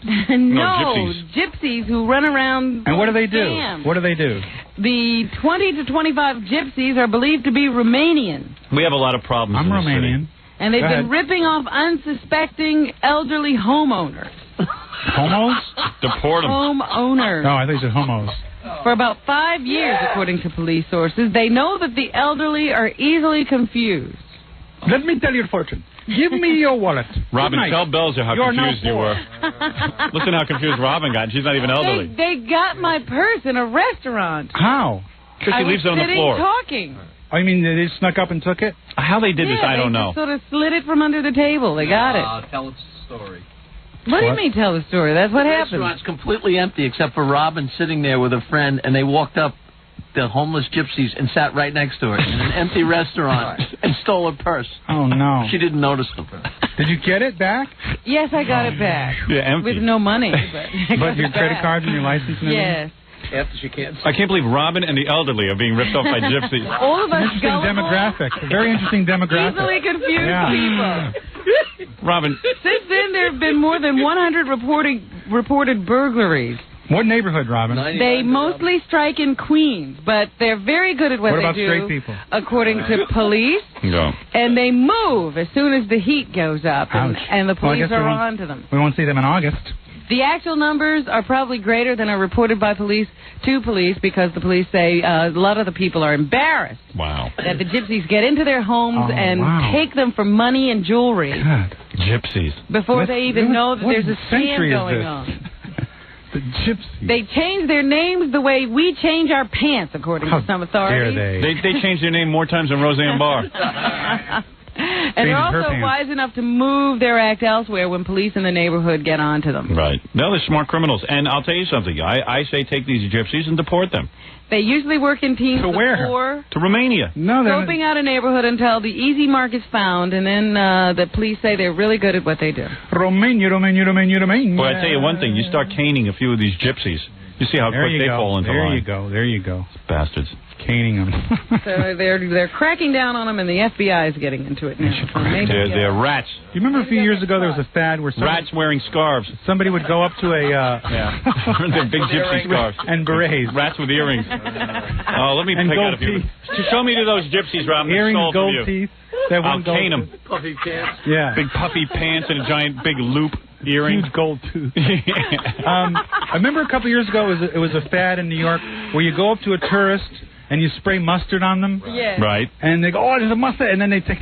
I was walking down Park Avenue a couple of years ago. And what did they do when you There's spray 11 mustard? Chinese people on a corner. Yeah. And there's one Chinese man. He had a big thing of mustard all over his shirt. And they all go, they're looking there. They don't know what to do. Like, it's so weird. And meanwhile, they're getting robbed left and right. What did they pickpocket you? Like, 2 kids were like, grabbed a bag, a shopping bag. And they're like, oh, the mustard, you know. It's like, right. I was on the floor. I was hysterical. You didn't help them. You laughed. It was in broad daylight on the corner. Wow. And this Chinese guy go, oh, hey. It's pathetic. I'll tell you something. If these kids were taken and caned, you would see perfect behavior. In Singapore, there's no such thing as gypsy. Everyone dresses normal. There's no such thing as jury trials either. That's right. That's right. Let's do away with some of those jury trials. The caning started against political opponents about 15 years ago. It's nothing to do with what this kid did. All right, by good. the way. Yeah, that's good. Yeah, so you sit and laugh while these gypsies rip off chinks. A 74-year-old woman in Queens, a scrappy 74-year-old woman, was shot in the stomach yesterday. She grappled with a carjacker. She didn't After she got shot? Go down easy. They say she shouldn't have resisted, but she was pulling out of her driveway in Whitestone. She all right? When a man approached her car and said, "Give me your money and your keys," and she attacked him with her cane. Oh. She caned him. This 6 poor times. woman has osteoporosis, has been having to use a walker to get around. You know, I need a bodyguard. What's that woman's name? But instead of just security. turning over everything, she decided to put up a fight, and unfortunately, she got shot in the stomach. Is she dead? No. Jackie, come on. Come on, man. Get a sense of humor. But she's listed in stable condition after 3 hours of surgery. And she was a sickly woman. Can we she had arthritis. Yeah, she has osteoporosis. She's got Did they get the guy? She had condylacia of the knee. Everything. Did they get the guy, Rob? No, of course not. Oh, man. I'm gonna let's put on an award for that. Let me tell you what I'm going to do. What? I'm going to send this woman half price a video, my new video. 1-800-52-30. Only cost her. What is half of $39.95? Like $20, $19. That's very sweet. Now, invite her to Caroline's, and all she has to do is pay the cover. Right, and then she'll be Drinks at the new me. Belzer show. Yeah, right. All right. They say this is a nice woman, just trying to get around. Oh, Thank you, Robin. Thank you for that very bad story. Oh, very man. sad. Poor woman. This is the kind of world we live in today. I know, the world's ending. Not until Caroline's. Wednesday, Thursday, Friday, and Saturday. Sunday, Ben. Sunday. Mm-hmm. I also see here that Helen Kushnick is suing Richard Belzer. I hope so. I'd love to get her on the Publishing. stand. She is the former producer of The Tonight Show. Jay, that's your ex-manager, Jay. Yes. Jay's being very quiet about this. Yes, I'm quiet about What's the story, Robin? Then we have Jay to respond. Helen is filing a $30 million lawsuit against the Disney book publishing company because of that book Late Night, or The Late Shift, about the late night wars, because she says it defamed her and blamed her for initiating the so-called booking wars that led to her being fired from the show. She also says that they made it look like she was out of control and that she was abusive to Jay Leno. She was, but... No, she wasn't. I'll tell you something. I know Helen, and I'm going to tell you something. I know Helen. And she didn't start any booking wars. That's been going on since Johnny Carson and all these other shows. And she's 100% right. She has been defamed. I happen to know something about it. All right, Jay, go ahead. Say Yes, something. if she was any more confused, she'd park her car in the living room, but... Well, you know you don't mean that. Jay, you might have to depose, you know. That's right, Jay. You might have to depose. You have to give testimony. I think Jay's decomposing over there. They're pulling me in? Yeah. They're pulling you over. But actually, I know Helen, and she's 100% right. She never... I would go testify for her. The booking wars have been going on... What do you know about it? I don't know anything, but I would go testify for her. Who says I have to know she anything? used to call out people and scream at them on the phone and tell them that you can't have this guest. So what? What do you I'm think just she saying, started that? it's true. It's true. Whether it was done before or not. Can I just say one thing? Yes, She's Jay. nuts. She bit me on the chin once. Well, that's not hard to do. Well, we'll see. The truth will come out in court. That's right. As it always does. That's right. We'll wait for the I don't consider her abusive. That's why the Menendez brothers killed their parents and got away with it. No, she hit me on the back of the legs with a rubber hose once. All right. Thank you, Jay. All right. She caned you, huh, Jay? True story. I know if you see it in the papers. Anybody see that? You just tell the joke. I see here that L.A. Law has been canceled. They It has? heard yesterday from NBC. Are you sure? I'm reading it right here from the paper. Why are you so and happy? they 'Cause say we'll get that spot, 10 o'clock Thursday Homicide night. Life on the Street stands to inherit the L.A. Law time slot, Look at but Belzer. NBC has not said anything about that yet. They said that is still to be determined. That's going to be bad for you. Why do you want to go Going to on the after time Seinfeld and Frasier? slot? Oh, that'll be good? After Thursday Seinfeld night? and Frasier, the best night on television? Okay, well, there you go. You know about a lead-in? You know how that works. Yeah, but it didn't help L.A. Law. What? Let me explain television to you. Do you know if you go on that Don't time slot explain anything to and me. you lose audience, that you're going to be off the air in 2 I minutes? know that. That's why I want to be on that spot, a spot where we can be seen. And then if we're not All right. seen, Okay. I'll take the cancellation. Good luck. I just want to be seen. Okay, yeah. Richard Belzer, Soon, so 2 minutes. was saying, and the fame fine. All right, very good. Thank you, Bells. What did he Thank you, Robin. You're quite welcome, Belle. You're not happy for me, Howard? I'm thrilled for you. Don't patronize me. I'll smack you so hard your whole family will feel it. Go ahead, Robin. I heard today that Kathy Ireland, that model. Supermodel? Yeah, the one who's always in Sports She's not really Illustrated. Irish? Oh, what?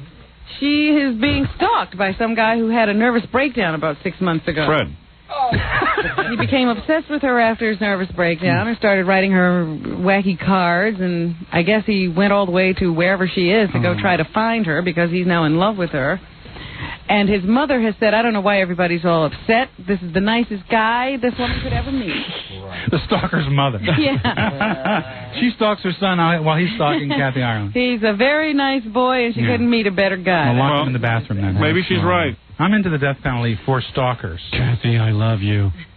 That is the worst, most loathsome kind of behavior. Thank you. What do you mean? I happen to be a stalker, all right? I don't like it. Yeah, but you stalk me and I don't mind. And Garrett Roses Morris. are red, violets are blue. I'm drooling and I want to tie up you, Kathy Ireland. Look out your window. I'm the guy standing on the corner. Garrett Morris is in good condition after surgery in Los Angeles for complications from a 3-week-old gunshot wound. I know. He's a good guy, Garrett. Is he? Yes. During a very botched sweet man. hold-up, the 57-year-old actor walked into the hospital Monday night complaining of pain in his back, and it turned out that he had an infection What in hospital? the area he was shot. Belzer's going to go over there. I am. He's going to stand out there with a sign. We need you, I'm going to Garrett. start stalking him to make him feel like it's important. I'm going to stalk Garrett Morris. And Barbara Streisand will be performing Yeah, who cares? in London. Yeah, good. That should be over with. Yeah. I can't believe people are paying for How are they tickets. going to understand her over there? Huh? I don't know what he's talking I'm just kidding. Why is my mic thing going off there? What? I can't hear anything. Is that by design? It's probably your bad headphones that you brought the in. ones that you insist on bringing. expensive. We got to wrap things up, Belzer, anyway. No one So cares I what's don't have to going listen from now on? No. They say over there that tickets are selling for $1,000 each. 250 pounds. Can you imagine that? 300 pounds. I don't get it with her. You know? Me neither. I just don't get it. For? Yeah, well, obviously the If I hear her sing White Christmas one more time, I'm going to dig up Irving Berlin. And hit him. The Jew writes the best Christmas song of all time, but... All right, come on. I gotta wrap this up. What? I'm exhausted. From you. Yeah, I got it. Let me see if there's anything else I wanted to mention. Can't wait to go to the bank. Count his money. Yeah, good. Nick Nolte's getting a divorce, and depressing. Yeah. Robert F. Kennedy Jr. just got remarried. Very good. Right. To Nick Nolte. Let's go to visit Nixon. I'm doing that. Watch him drool. That's not nice. Not nice? No. It was the Jews, Henry. That's what he said to Kissinger, who is a Jew. Give you an idea how screwed up he is. And then Kissinger says, there are Jews, Mr. President, and there are Jews. Oh, did he really? Great, Henry. Good. Thank you. Great stand up for your people. What else? Anything, Robin? Let me just check what's on the... Oh, I know. Roger Daltrey is going on tour with that Roger Daltrey Sings the Songs of Pete Townsend show that he started. It did very well here, so he's going on tour. So here's what he says he's going to be doing. A bit of this, a bit of that. That's what he's going to say. Did you hear this already? No, I didn't. Music of Pete Townsend, that's the music that I love to sing most. Yeah, good. Get a speech therapist. That's what people want to hear me sing most. Yeah, lose the accent. But I can't, and I do not want to recreate the guy's been in America 20 years. Sounds like a cabbie. A different way with orchestras. Leicester Street. With guest stars. And it should be quite a spectacular show. Aye. Well, they asked Roger, why didn't he just get back together with his old bandmates and tour? You know, you've got two guys in the band who really want to do it, who devoted 25 years of their life to the band. And you've got one guy who just has had enough of it, and he doesn't want to do it anymore. I don't even talk to Pete about The Who. Talk to Pete. And what does he think of Tommy, the Broadway play? I would have done it differently. I can't say I particularly like the production at all. At all. But it's a commercial, huge success for him, and you've got to say good luck, because people are getting to hear the music. It's not the way I would have done it. I would have adapted Broadway for Tommy, not Tommy for Broadway. Good. Smart. I would have adapted Tommy for Broadway. I would have adapted Broadway for Tommy, not Tommy for Broadway. They took the guts out of the music and tried to mount it on a Broadway stage rather than being true to the music. Really? Yeah. Jeez, how do you get that? I don't know. I don't know. All right. Very good. Yes. I'm a bit drained. I really am exhausted today. Really? Well, you work hard. You work 5 hours a day. 900-hour How many people work this hard, are this successful, and this funny, and have Everyone so in much America. money they have to go home and carry? What's with you and my money? I'm just teasing you because I know I like the face you make when I mention money. Look at the face you just made. With the money. Look with at the money. face. With the money. Kook. Richard Belzer will be on Jenny Jones today. They're doing a show about comedians who tape their own shows and call it a record deal. There's 6 other comics on, by the way. 6 other comics who are all taping their own shows, right, Robin. Right. Bells. Where are you going to be? Caroline's? Yeah, like you don't know. What are you, dyslexic now? No, you're going to be at Caroline's. You're going to be there Thursday night, Friday night, Thursday, Friday, Saturday, Sunday. Right. Caroline's in Manhattan. Okay. 49th and Broadway, or 50th and Broadway, right across from Letterman. Robin, anything else? Are you guys coming to any of the shows? Oh, no. Yes, Robin we're is doing going to a all of them. convention this weekend. Oh, great. Yeah, we'll be busy. Now, what are you doing? Are you in Albany? Right. Changing the course of American politics. That's right. On Geraldo today, teens who are taking care of their addicted parents. Dad, you want to hit? Yes. On Oprah, parents concerned that their children are dating too early. Put the diaper on, then go to the dance. On Montel Williams, a woman confronts her 3 daughters about their sex lives. Take that dildo and share it. Sounds like good shows. Those are doing a little clip from each show. About what to watch this afternoon. Yeah. Excellent. And on Maury Povich, the pros and cons of abstinence. Now, listen, Connie won't let me do it to her. Should I abstain? Connie Chung and Maury Povich, good, nice couple. Good. All right, very good. That's all I have. Now, weren't you on a TV show the other night, Robin? The Fresh Prince of Bel-Air. And thank you for noticing. what was the reaction to it? Positive. Good. Jackie Platinum joke page. I got to end the show. I'm sorry. I'm being given the signal. Jackie Platinum by Tom Chiasana. Jackie Platinum joke page Martling to order Jackie's new comedy CD, also available on cassette. Only $10 plus $3 shipping and handling. Howard? Call 1-800-323-5464. Saturday night, April 30th, a big show at the Riviera Hotel on the Strip in Las Vegas. Yeah. You? Call 516-922-WINE. Also, Stuttering John's self-titled debut album is out. Stuttering John will be signing copies of the album at HMV on 72nd Street and Broadway tomorrow afternoon from April 21st from 4 to 6 p.m. Are you going to find a running mate? No. Don't miss Steve Gorillette. I don't know. I'm working on it. I'll do it if you want. Please. Don't miss Steve Gorillette. He wants to win. New York's Paradise Club on 50 West 33rd Street in Manhattan on Tuesday, April 26th from 9 to 11 with dancer model Ashley Lauren. Ouch. Ouch. Larry Sloman will be playing in a benefit charity ice hockey game this Sunday, the 24th at 6 p.m. at the Bayonne High School rink in Bayonne, New Jersey. Larry Sloan. If you're planning a wedding or party, you need a great DJ, call Scott the Engineer's Rocket Entertainment toll-free from any city at 1-800-PARTY-MC. And if you'd like to hire Scott in the New York area, call 718-5040. Richard Belzer will see you at Caroline's Thursday, Friday, Saturday, and Sunday as you tape your new album, and also on Homicide. Yes. Probably in the L.A. Law time slot. Thank you, Howard. And thank you, Bells, for coming. It's always fun to see you. It's always great to be here. Always fun to hear your view on things. Yes, it is. Yes, and Robin, I'll see you tomorrow. I didn't get to address the situation of the Central Park jogger having to live with the fact that the guy who led the gang rape is going to be out of jail. Just too short a show. Well, listen, tomorrow we'll talk when Belzer doesn't interrupt me. We'll gang rape that guy. Yeah, there we go. I love his quote. I just want to get on with my life. Yeah, well, so does she. Tell him to run by here. I want to tell him She can't add anymore, but he wants to get on with his life. Yeah. That's amazing. It's amazing. No capital punishment. We have no room in the jails to put that guy away for life, I guess. But, rapist. Well, anyway, let's resume tomorrow. All right. Okay. 97.1 The Eagle.